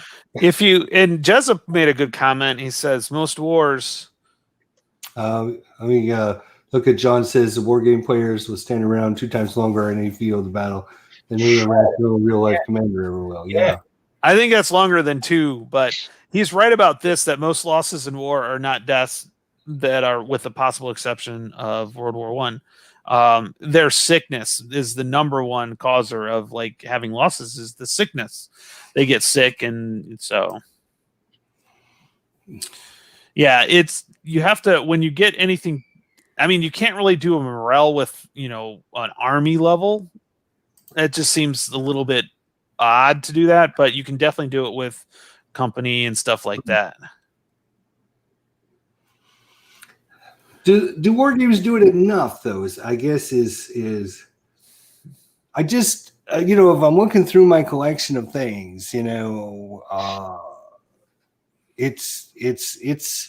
I know the coin system is very abstract, right? But I mean, you could do some really stupid moves, and you could cost yourself lots of pieces on the board, which would be in real life lots of human beings, right? And if they were real human beings, I wouldn't be doing these stupid things. So war games, rules, right? If we're talking about rules, do the rules or the mechanics of the game prevent players from just playing the game and not taking into account all this other stuff? It's when you play a war. Well, I'm talking about me. When you play a war game, you take risks that you probably might not take if you are a real general in charge of real living people. So I don't think a war game can ever simulate real warfare because of that, because you take risks that you wouldn't do unless it was a do or die situation, and there's been times that's happened. You play a war game differently than if it was real men and you were in charge of those men, I would think, don't you? To a certain extent. I noticed that If not, you set it up again and try it once more. But you can't do that with a real battle or war. A lot of like the older, I'm talking like ancients, right? When they break, what do? They just run off the battlefield, right? Mm-hmm. Yep. They don't simulate that in World War II. So No. What is the difference between ancient warfare and World War II warfare? Distance between.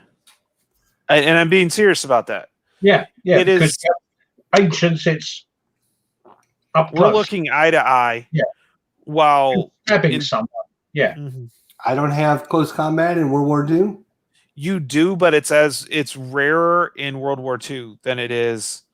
It honestly, it is. It's rarer than it was because you have the distance. You got the rifle, it's kind of like airplane, like bombers. Okay, the people that fly the bombs, dropping bombs on cities, killing hundreds, thousands of people, but they are far enough away from it that it doesn't affect them as if we were, in a pistol shootout and I killed the guy across the field.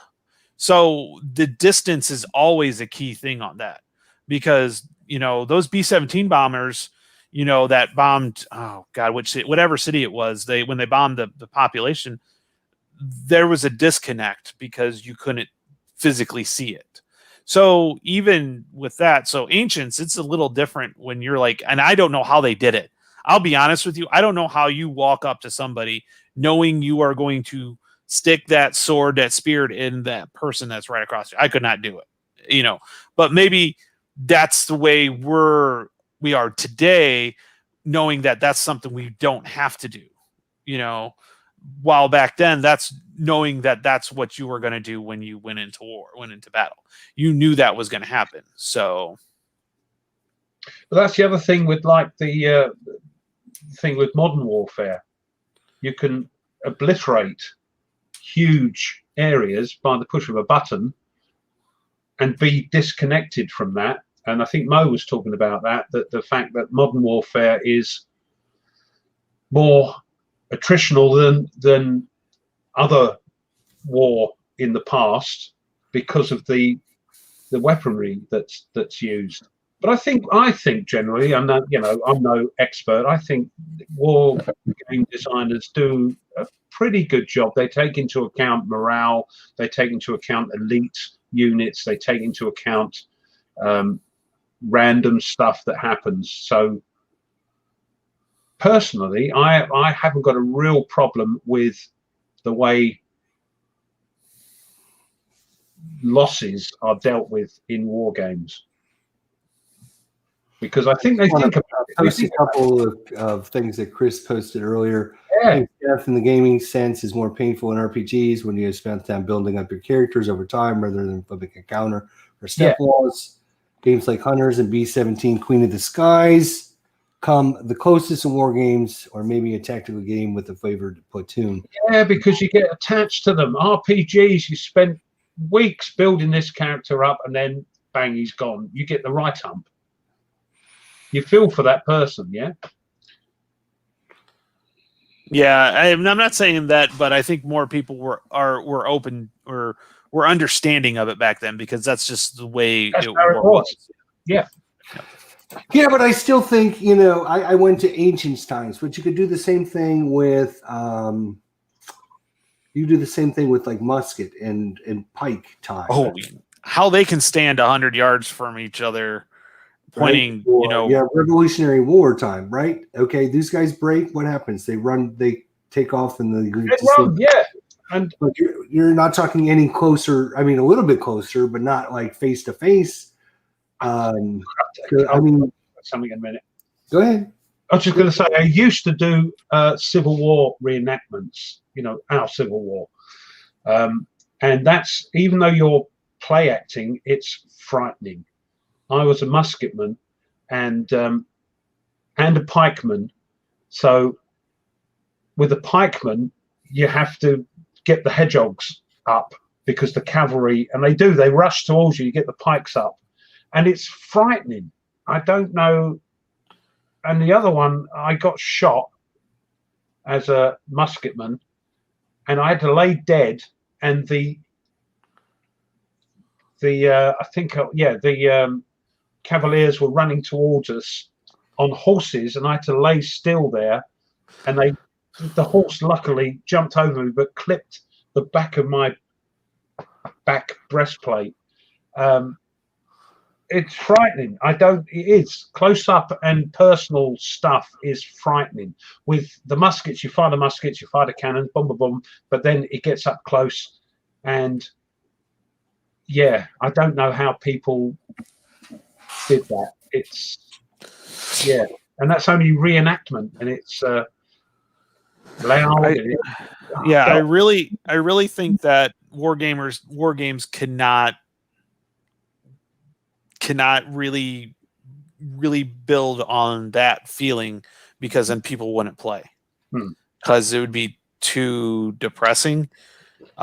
We all know the history. We all know what actually happened. But we are disconnected from it. Yes. Mm-hmm. And unless you somebody like Mo or Gimpy that were actually there and they're playing a game, and there are some people that can't play games from the era they were involved in because it's too personal. Yes, I did, and I can understand that. But we are disconnected from these games because even the time period. Even Vietnam, for some of the younger people, don't know what it was like. And we're playing a game from Great Battles of History, and we know they come up close and personal, but we haven't got a clue really what it was like. And I think, couldn't some rules support that? I mean, couldn't you add in some rules for that? I'm sure you could, but aren't they in those rules with being disrupted? Well, I mean, if you're simulating, right? Are these games are, let's face it, they're simulations of battles, right? Yeah. You're shaking your head. Games that are full of that simulation, they are not games anymore. They're simulations. Generally, when it's a simulation, that's a larger scale game. I don't consider any tactical game a simulation. No, they're just I consider it a game. Now, that battle that you're simulating, that tactical thing might not have happened, mm-hmm. and it's what those people did at the time. You don't know what those people did at the time if you're playing at squad level. You know, you don't. But bigger simulations, yeah, you can. The one series that I thought it did a great job of visualizing this, by the way, was the MMP. It's the Civil War Brigade series, because you had a roster of all the units, and they had boxes, and as you lost them, you filled in the boxes, so you could literally see how small these units were getting, because when you took a hit, you had to fill out 1 or 2 boxes or whatever. So exactly. But I think, to be fair to game designers, I think they do the best that they can to simulate all those sort of things into the game. You know, things like running away, cowering, running forward, all that sort of thing. But you know, what do I know? I just enjoy playing. I just think, you know, I went through what you're going through. I thought about that. I have rules in ancient times. They have rules in musket and pike times. But World War II, I play lots of tactical games for World War II, and you know, ASL with units breaking, and you got the same thing in ATS as well, where units break and they run. And they can't go any closer. Yeah, you can't go any closer. You have to go towards cover. You have to get away from the enemy. But you know, there's specific rules that simulate that pretty decently. But not a lot of games, besides a few of them, do that at all. And I just don't think you can do it with a larger scale. No, you can't. I just don't think you can get that detailed with a larger scale game on a higher. Tons of men, and some will do this, some will do that, some will do this, some will do that. So you can't, at a tactical level, even lock and load tactical. They do that. You know, if you're disrupted, you can't move towards enemies. You've got to move away. Yeah, the larger the scale, the more difficult I would think that would become. But then, what do I know? But it looks like, because you've got tons of people there, you can't. You have to do a sort of generalized thing that unit would do. I can tell you right now, when I hit the 3 days of Gettysburg that I'm playing, when we get to the 44th New York, which was the unit that, you know, family member fought in, I will have some connection to that unit. Yeah. I guarantee I will, because I have a personal connection to that unit. But as you said, Ruff, we're so far away from these units, we're so detached from these battles. Unless you have a personal feeling, you know, you see that just in life in general. I mean, we can get life in general. If it's not affecting you personally, are you really gonna, you know, you're not gonna do stuff. I see it all the time. You see it in real life, you know, if it's affecting, you know, somebody elsewhere, you might be like, oh, well, let's donate a little bit of money to this, but you're not feeling the full effects of it. And there's just no way to do it until you've done it. So, I mean, that's the detachment part is a big one. And I just don't think you can for such a large, when you get too large of units. Squads, definitely no problem. It's easy to represent that. Yeah. And, you know, somebody takes casualty, you have to roll on a morale, Heck, somebody shoots at you in some cases, they miss, sometimes you still have to do a morale check, you know, because of that. Yeah. You know, because it's like, oh crap, we got people firing at me. Yeah. You know, people getting pinned down, pinned, instead of being able to. You played Jack last night, which is the OCS system. Don't they have something for quality of units? That's actually kind of what I was going to get into. What I reminded was because Stigler was on last night and he was talking about disorganization, which was like that's kind of the quality. They also do have the action rating, which determines how well the unit is. If you're DG'd, which that's the whole thing. Why is it DG? G's not other than organization. It should be like D/O or DO or just a So D. DG, for those who don't play it, is disorganized. Yeah, disorganized. Yes. All right. Yes. So disrupted, that sort of thing, yeah? Yes. Yeah. So it's nomenclature that once you play it, once you get it. But he brought up a good point is like, why is it called DG? G's not really even a part of it. And so it's just, but the disruption there is like, usually you get disrupted one of two ways, well, actually three ways. But the main ones is if you have a bomber that comes and drops bombs on you, you may not take hits, but you're disorganized. Yeah. So that's actually a way of representing that at a larger scale, the disorganized organization. And you have half of your combat factors. So again, you have about half of the people running all over the place. And because of that, you lose your action rating, which could hurt you dramatically. The whole thing with OCS is you want to DG as many units before you attack them. So you can do this with armies and big. Yes. There's ways of doing it. Yes. Yeah. Mm-hmm. So maybe you just haven't found the right games that do it. No, I'm just saying. No, yeah. I'm not saying that at all. I'm not. Yeah. I'm just saying, should games do it, and are there games that do it, and which games do it well? I'm not saying it's good or bad. I'm just saying, since I just went through this, it's very hard personally for me. How do the people on the battlefield feel? Is that represented in games? Is that not represented in games? Should it be represented in games? Should it not be represented in games? And the games that do it, do they do it well? Do they not do it well? Is there a better way to do it? I don't think there's simulations and stuff. When you're talking about armies moving across the desert and stuff, you got to worry about the supply, which is very important because if you don't have food and fuel, your army is going to get run down. Yeah, there's nothing quicker than to get rid of an army than not having any food. Yeah. Like that'll disorganize an army. I'm actually out of supply. I've been surrounded, and so I'm technically out of supply, and I have to roll an attrition roll. And the more I get into it, that's why I thought you guys were playing Custer's Last Stand last night because that was Tony good. was complaining the whole time he's surrounded. I'm like, what game are you playing? But that can be represented, can't it? That you're out of supplies. Yes. But it can never be represented fully because the designer normally and the players weren't there. So, but I think designers generally do a pretty good job in representing attrition, death, and running away and cowering and all that sort of thing. Otherwise,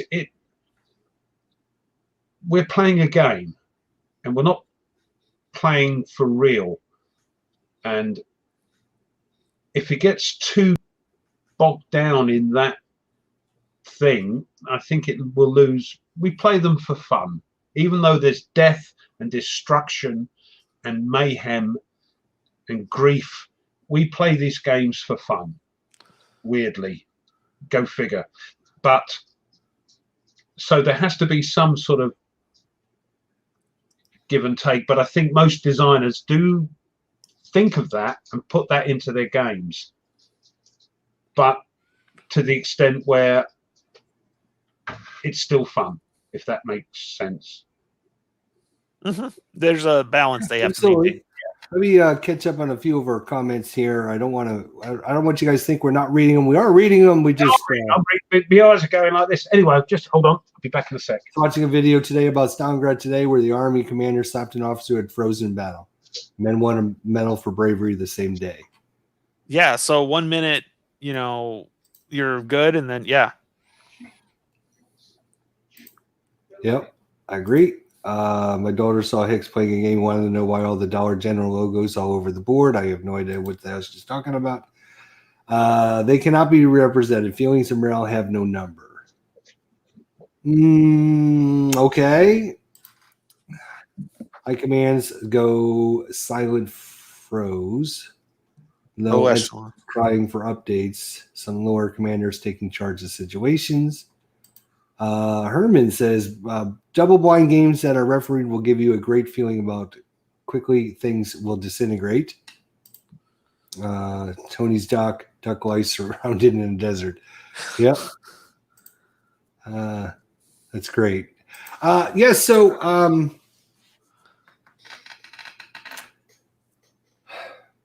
I'm not saying yes, it should be in games. No, it shouldn't be in games. That's not what this discussion is about. It's just in general terms. Do more games represent?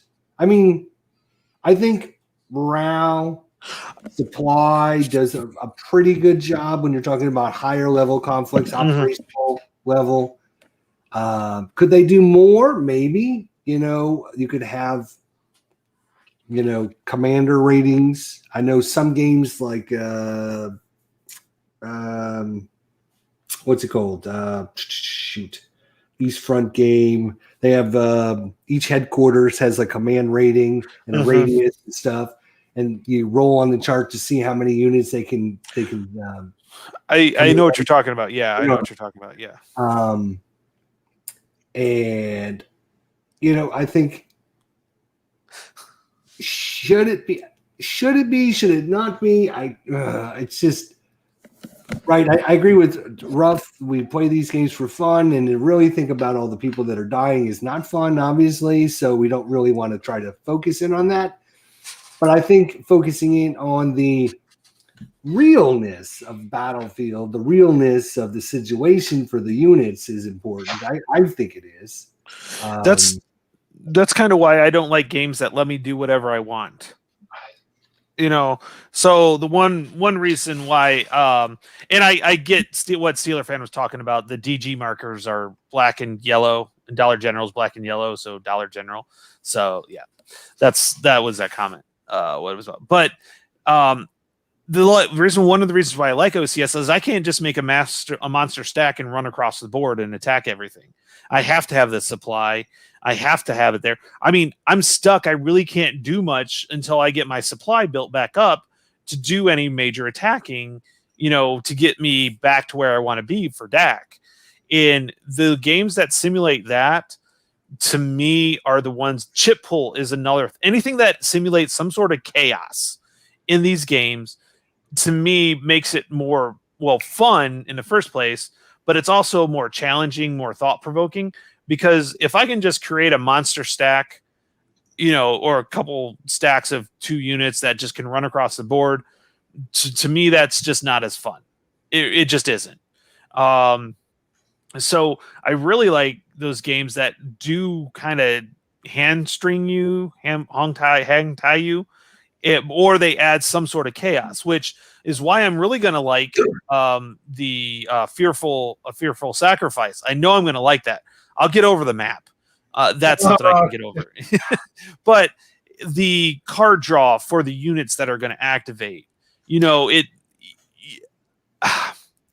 made this comment on with Kev last night, and I said, generally speaking, we cannot simulate any of these battles. There's just no way to do it because, one, we have more information than most of those generals have, and two, we're not those people that are in charge. And my main comment is McClellan from the American Civil War.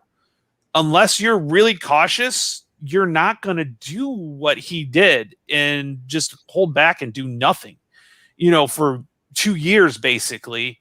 You're going to be, which is why the American Civil War from GMT, I can't wait to get it so I can play around with it to see if my kind of theory is correct on that most games won't go a full 4 years, because a lot of reasons why it went a full 4 years is because the commanders that were in charge. So when it comes to these games, people try to say simulation. I can't say simulation because we know more than a normal commander would know. And a lot of them do the best. And the ones that create chaos or put some sort of random event in there. And I know, Ruff, you're right. You're with me on this for sure. Random events, chaos, chit pool, all that stuff just makes it a little bit more simulated because of the chaos, but you're not going to be able to simulate exactly what happened. And the other thing is, you're not that general. You're you playing a general in that battle. So you're not playing exactly as the real person would play. You're playing it as the general. And chip pull and random events, I love them. Some people don't, because it adds things that, oh, how did that happen?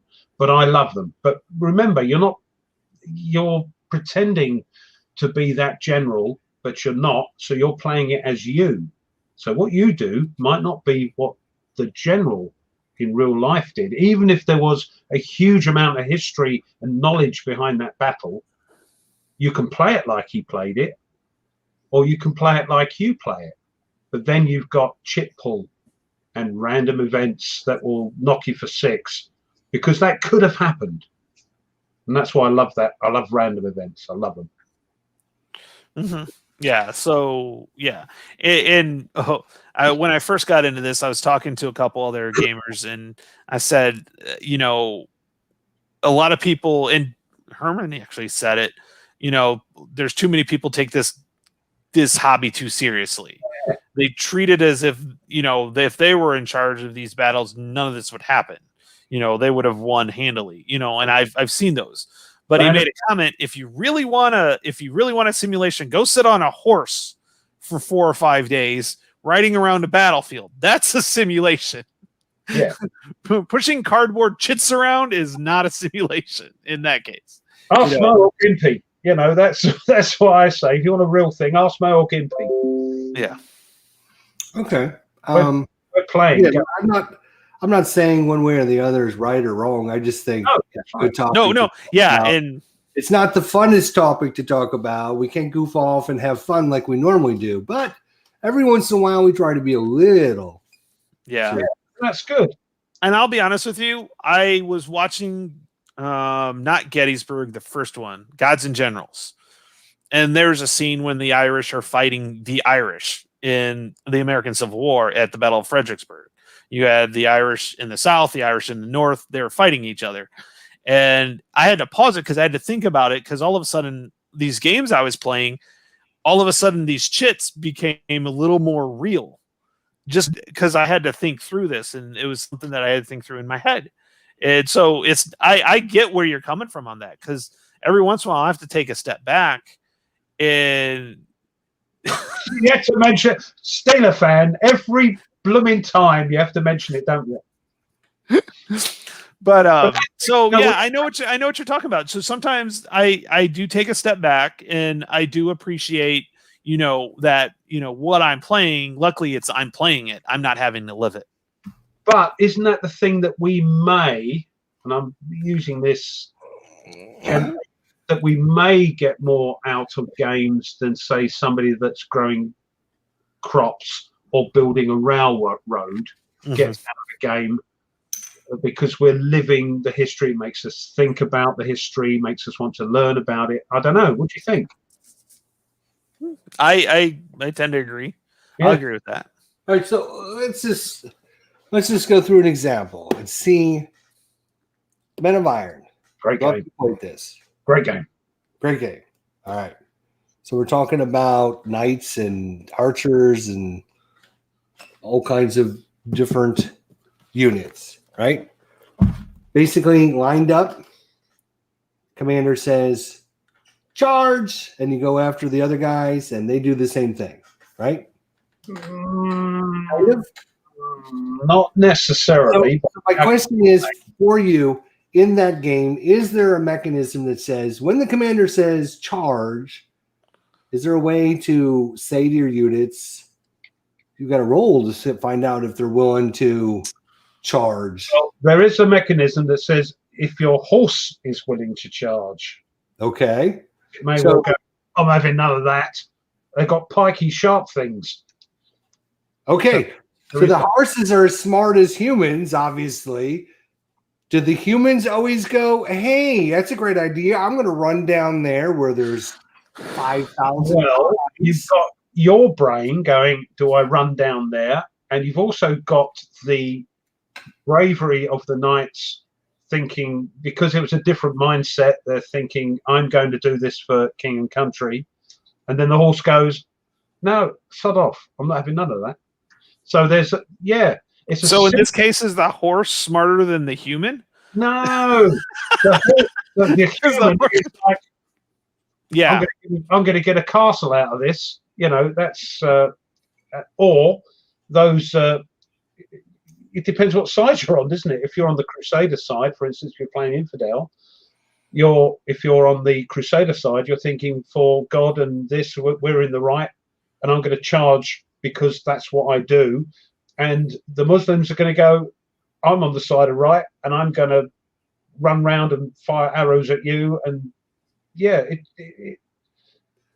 it's a mindset of that time that you've got to get around, that things were different then than they are now. And I think that happens a lot today. We tend to think how we think now and apply it to. That was exactly where I was going with this. So if we're talking about conflicts, we'll break it up into just ancient.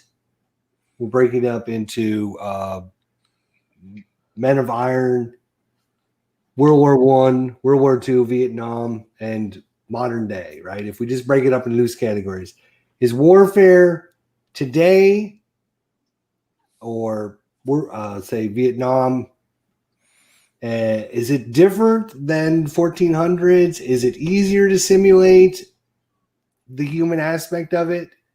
It's easier to simulate, or in the modern days, or is it equally? In my opinion, it's easier to simulate things that happened hundreds of years ago, because we haven't got that knowledge that we have for more recent things. So do designers take liberties? I don't know, but it's easier to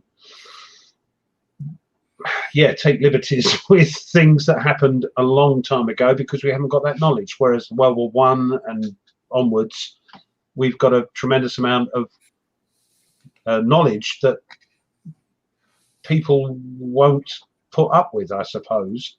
Whereas things like Men of Iron and Great Battles of History, but they are ancient writings, and we've only got their word for it. So yeah, we have to believe what they say, and the designers use that knowledge and work their game around it.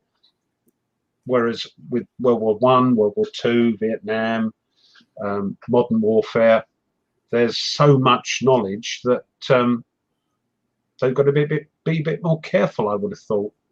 No? Yeah, I agree. Tony? Yeah, I think so. The one thing that I remember hearing, and I can't remember how it was phrased, was that we actually do not know 100%. Yeah, 100% for sure how some of these ancient battles, how they actually occurred, like the details. We generally have the forces. We don't even know if the forces are accurate in a lot of these ancients. So I think it is easier to simulate or affect from the ancient times because of the lack of information that we have. When I teach history, one of the things I used to always say was victory, or the history is written by the winners. And if the losers are still around, they're pretty bitter. But in the ancient time, there were no losers left. When they obliterated somebody, they went through and obliterated them. You don't get a lot of the Gaulish perspective of the Romans taking over the Gauls, because when the Romans came in, you either died or became Roman, one of the two. Yeah. You didn't speak on it. Today we have a little different, where a lot of times we walk away, the losers will walk away and they'll be able to talk about it and what they had. Their point of view. Yes, from their point of view.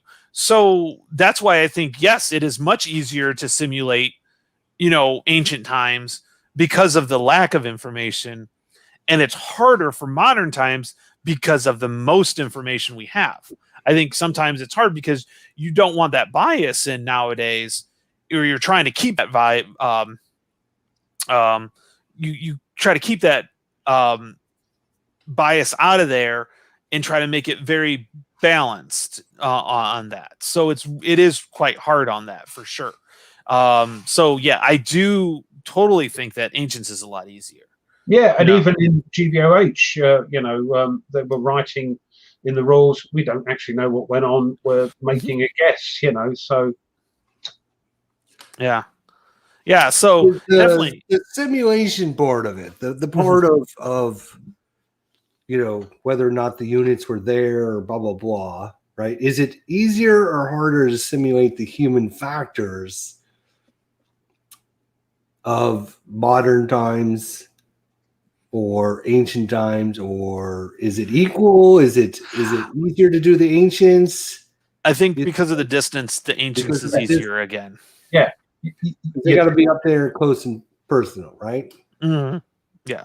And I also think we can assume a psychology of these people, which is not, what happens when you assume. Right. But you have to make some assumptions because we just don't know the psychology of these people.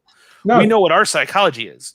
We are trying, and so I think it's a lot easier because we don't know the psychology, so we can kind of make it up. As in some cases, these people were looking for land. They were all about king and country, and during that time it was king and country, or king. Forget the country. They're loyal to this person. They will die for this person. Yeah, and that's something that doesn't happen nowadays. You're applying, and the problem is you apply how we think now to back then, and of course that's not the same. Going back to does my horse charge? Yes, it bloody does, because that's what I want to do, because that was my psychology at the time. That was my thinking. I'm going to go, and my king says attack, I'm going to attack. And now we think, I wouldn't do that, but that was then. Mm-hmm. Yeah, so they can make those. They can make those assumptions now, in saying, okay, from what we can tell, this is how it happened. Whether it truly happened that way or not, it's not like they had war. And somebody put in here, they have war correspondents now. We can see what happens with these battles. Back then, all we know is they could meet each other, shake hands, and then kill each other. I mean, because we don't know. No, exactly. I doubt that happened, but But even, I think Jez said, even modern wars, the victor, as you say, writes the results, and even that happens now. So, okay, I'm just. No, these are good questions. These are good questions. Yeah, I think. It could be hours and hours and hours of discussion. I just wanted to think about it, make people think about it, and see if I understand we're on a fine line, because as Ruff said and Herman said, we play the games to have fun. I don't want to have to think about all the death and destruction I'm doing. I just want to have fun, right? So it's hard to add that aspect into the game, because then people are going to be sitting there going, oh, yay, I just blew up a town and it cost me 10 million people. Great. Oh, that's horrible. But yeah, it's a game. I think I can tell you that with something like this, and I just happen to have it here, I would probably be more, because I'm trying to get people to safety, I'd be more attached to getting as many people into safety as possible. And being British, that sort of game would mean like, I've got to get my boys off the beach. Yep. I know the French and, but yeah, I've got to get the boys off the beach. So that type of game would mean more to me, even though I wasn't there and I wasn't born, but I know about it and it's been reported. Yeah, rather than a battle that happened in ancient Rome. But I'd enjoy that just for the game. Mhm. Does that make sense? And you have to remember, our psychology is not that much different from what it was back then. We put standards that are higher, but we're not that far removed from the Colosseum in Rome, psychologically speaking. We just have laws and stuff that don't allow that, and it's become a cultural norm not to allow that. But if you look, people watch football, American football, for the hits. They watch car racing for the wrecks. They do, yeah. So we're not that far off from ancient Rome in the Colosseum. That is human nature. Yeah, that's human nature. That's for sure. Death and destruction is human nature. That is for sure. My ears are getting sore from my headphones. Why are you wearing headphones? It's easier for me to control volume if anything goes on in my house. Oh, you think? Oh, yeah, bloody kids. Yes. Yeah. Yes. So. All right, guys. Well, we'll wrap up in a little bit. If anyone has any final thoughts, questions, suggestions. It's a bit heavy, wasn't it? Yeah, I don't want to bring the whole show down. I just thought it would be a good topic to talk about. And I think, I'm going to start kind of looking at the different games I play to see what games simulate, any aspect of, death, what happens to the actual units. Is there a way to prevent units from doing things because of, the way actual humans are, right? I think designers do the best they can without actually people dying. Putting names to the people. I mean, if you come down, as we talked about, the more focused you get, the more personal it may become. It does for me, anyway. Yeah. But yeah, it's a people say, why do you play war games? That's death, destruction. And that's another question. That's another maybe that's another topic for another show. Then. Yeah, why, people, something destruction, right? Look at us and think, why are you playing war games? But it's deeper than that. But anyway, what were people playing next? Yeah, so I've got let's just put this right here. The war game. Oh, shush. I know I'm going to get banned from all my other shows. Is it a war game? Yeah, Cuba Libre, or not Cuba. Colonial war games. Colonial Twilight. So I've got that. I've got it set up. We already got a bunch. Yeah, we actually went through. Tony, did you see? You haven't watched it yet, so I won't. No, I'm still. Yeah, I won't spoil it because catch up. It's going along fine. But what I wanted to do was I did like an intro video where I went through the setup, the rules, how it's different, and similar. Huh? Put them tweezers down, otherwise I'll get mine out. I have to have something in my hands because I'm OCD. Yeah, me too. Yeah, I talk with my hands. So, I did an intro video, talk about the Wolelas, and everything. This is a 2-player game. How that affects how the cards are played and what you can choose to do. Sorry, you can play it solo though. Yeah, we're playing solo. Yeah. So, and I thought, well, I'll do that, and then we'll start playing, and then if people show up to watch, then they can start, take one side. We'll get a couple guys on one side, a couple guys on the other side, and we'll have like a learning scenario as we play through and figure out. I want to do something like that. Yeah.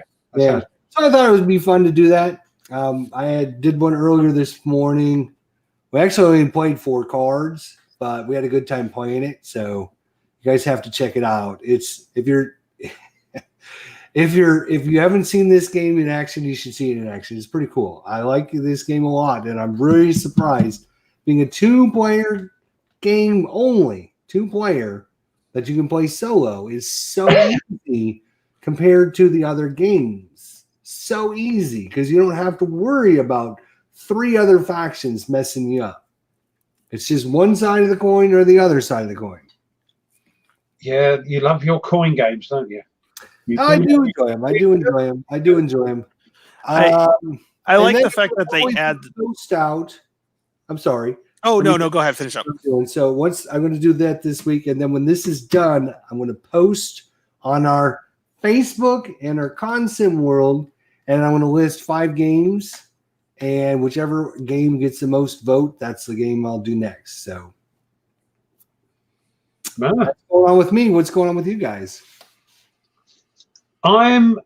Next week, I've got actually 3 videos hopefully coming up. That's all right. Dan will just highlight one of them. Yeah, all right. Bless him. I've got my first playthrough of Space Infantry. Here we go. Space Infantry Federation from Lock and Load. Got that up. And we'll see how we go with that. I've got an unboxing of, mentioned it earlier, but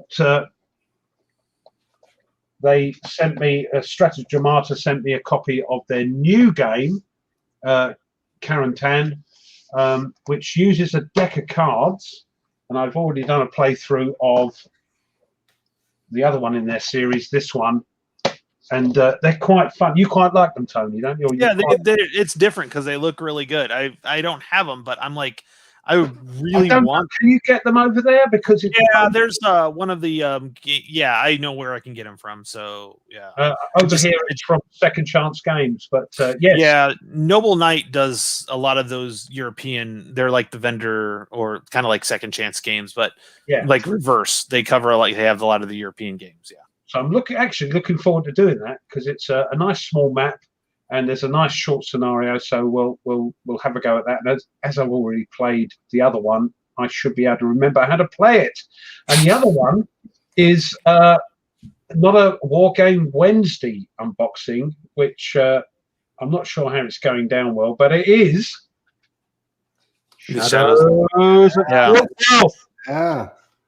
I tell you what, that I have the Gloom of Kilforth, so I have the first version of them. I started off playing these games and RPGs, and then went into war games.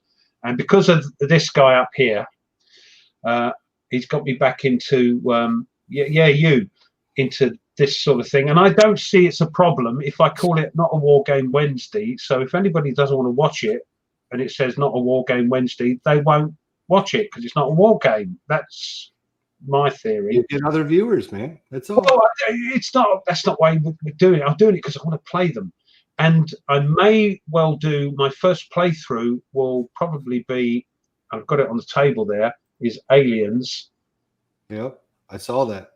Yeah, because of you, and we love it. We play it as a family, and we love it. But I might do a playthrough of that on video because there's a bit of a setup, as you know. It's quite a big, bit of a involved setup. And after that, I might do a live playthrough. So we'll see. And some live playthroughs of other games. And because of Rob's game table, I might do that as well. Oh, Four Against Darkness. I have those. Now, he uses a big hex board thing and he draws it. And I thought, what a great idea. So I'm going to nick that if he doesn't mind. And I may well play through one of those. I've got my eye on one on Amazon that's the size of a normal map. So I can use that and use the old dry wipes. So lots of things going on. Also with the blue tweezers, I think it's left now. I'm doing, hopefully in the near future, a cooperative warfighter game. So I haven't got a clue how that's going to work. He's going to talk me through it, how to use Discord and Vassal and how to use the things. So yeah, lots. Bit quiet this week. Only did one unboxing, but this next week going to be busy. Over to you. See that. I have to get finished with Charlemagne. With the way it's going, I may only have one turn left. Just my victory points are okay. So I had a misunderstanding on some of the rules the first time I played it. I thought if you didn't hit the certain goals, that was the end of the game, but it's only victory points. So I probably still have a couple of turns left in it.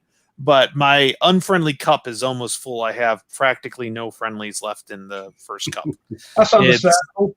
It's mostly unfriendlies now. So yeah, and I keep trying to get my marquis to clear out northern France, and he just can't do it. So but I'm trying some different stuff. I'm doing a little bit more editing with it, so I'm kind of excited about that. And yeah, so that one's going. And then now I've got this Dunkirk game. I might pop it out and just check it out. Yeah, I would like to see that. I honestly, Yeah. I'd love to see that. Yeah. So, and then I want to do, but that's this week. That's probably what's going to show up on the channel. I don't think I have anything else ordered. So actually I do.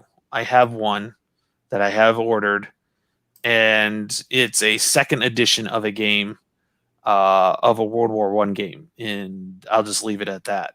Are you doing a playthrough of that RPG you unboxed?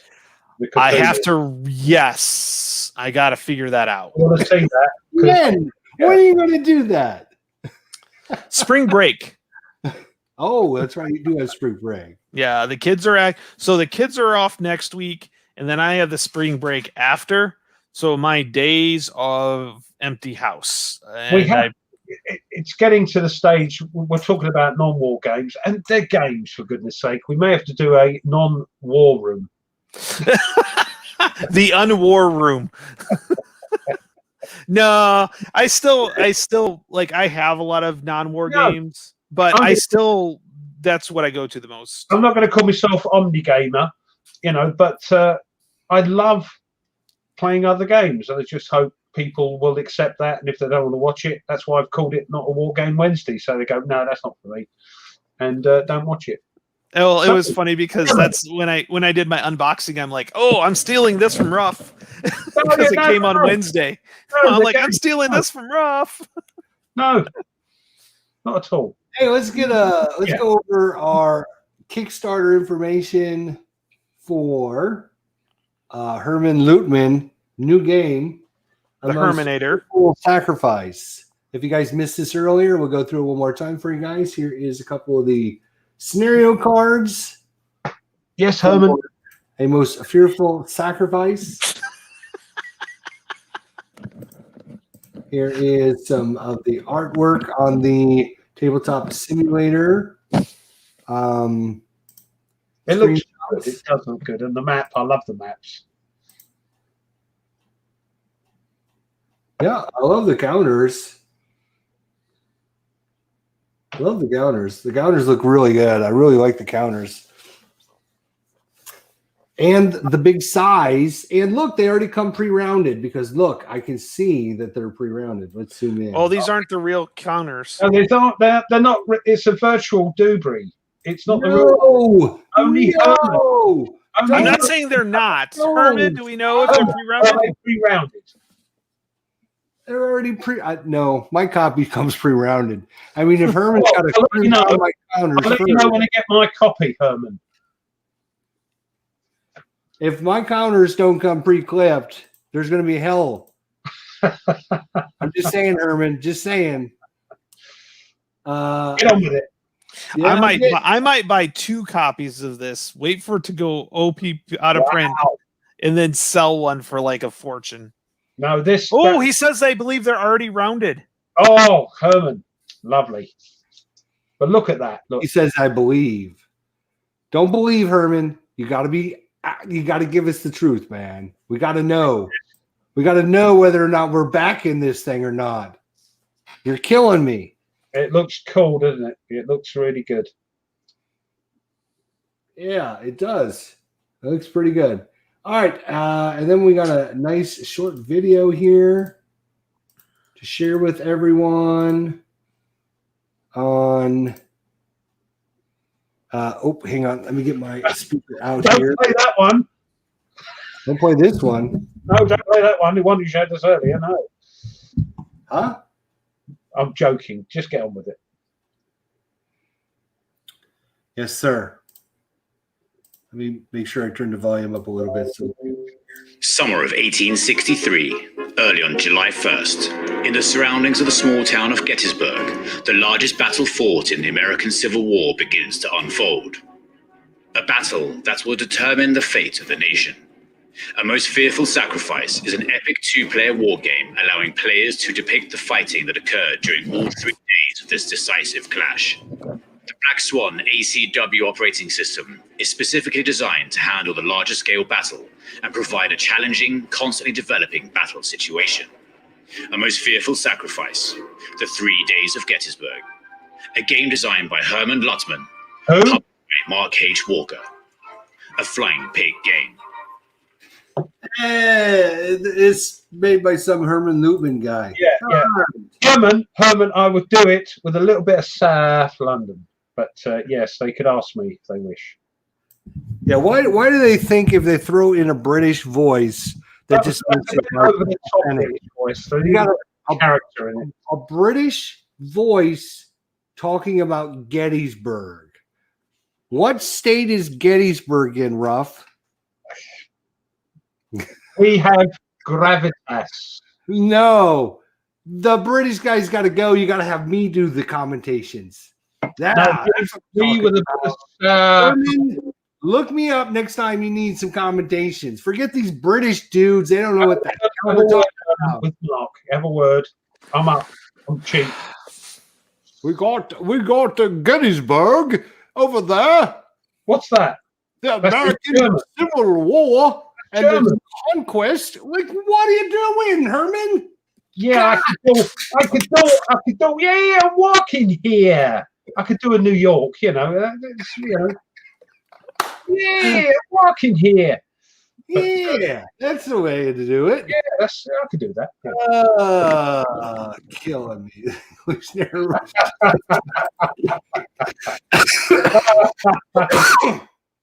I love this. I love this channel. It's you guys are brilliant. Mm-hmm. Not you guys. These guys. Who's Fremantle? Colonel Fremantle. He was an attaché from Britain to the South during the Civil War. Yeah, right. Is he still How about somebody with a Southern accent or doing something like that? Not British. No, There's only a British guy around in 1860. No, it just gives. It's like why British people or English people tend to be villains because they give gravitas to it. They're. Well, I'll tell you one reason. That's pretty much the only reason we keep you around is for your accent. You got to have an accent guy. So yeah, I don't. Until we can get Dad versus Son on the channel permanently, or get somebody else with an accent. He's got an accent. Tony's our guy with handicap. So, is he? What? He's young. All right. Is that your wife? Yeah. Take over for a minute. Right, let's talk about him now. Can't hear us. Yeah, I'm okay. Let's make sure. Let's start talking and be in minute. All right, so we gotta wrap things up here. I've got a couple phone calls I need to make. So yeah, I'm expecting somebody over any minute now too. So yeah, I've got to play Magic Arena in a minute. So yeah, get on with it. If it's said with an English accent, it must be true. Yes, I can. You live in the South now, brother. You gotta stick with the Southerners now. Get a British guy to do it. All right. Well, thanks to everyone for coming out today. Thanks for enjoying our company. Thanks for enjoying our discussion, or not enjoying, helping in our discussions and talking about death and how it's handled in games. And no, thanks everyone for joining us and putting up with our malarkey for 2.5 blooming hours. 2.5 hours. Literally, we could go 3 hours and this group would still be here. I don't know what that says, but yeah, no, I always enjoy. I look forward to it. Viper Dave slipped in. Yeah. Sweet. Thank you, Herman. So Thanks, David. Thanks, Jezza, John, Chris, Herman. he's Herman well. Wilkins, Jay, of course, a good friend. Yeah. Steeler fan. Couldn't think of his name for some reason. Steeler fan. Jezza, Kabuki Kid. Kid. Did you mention blooming Chris? I mentioned Chris. Oh, yes. right. Okay, yeah. Yes, I did. Our minister of propaganda, Chris. Anyways, guys, we'll see everyone next week. Until then, stay safe. See ya. Have a good week, and we'll see you all next Saturday. Thanks, guys. Take care, guys. Thanks for putting up with us. Yep. Have a good one, guys. Stay safe.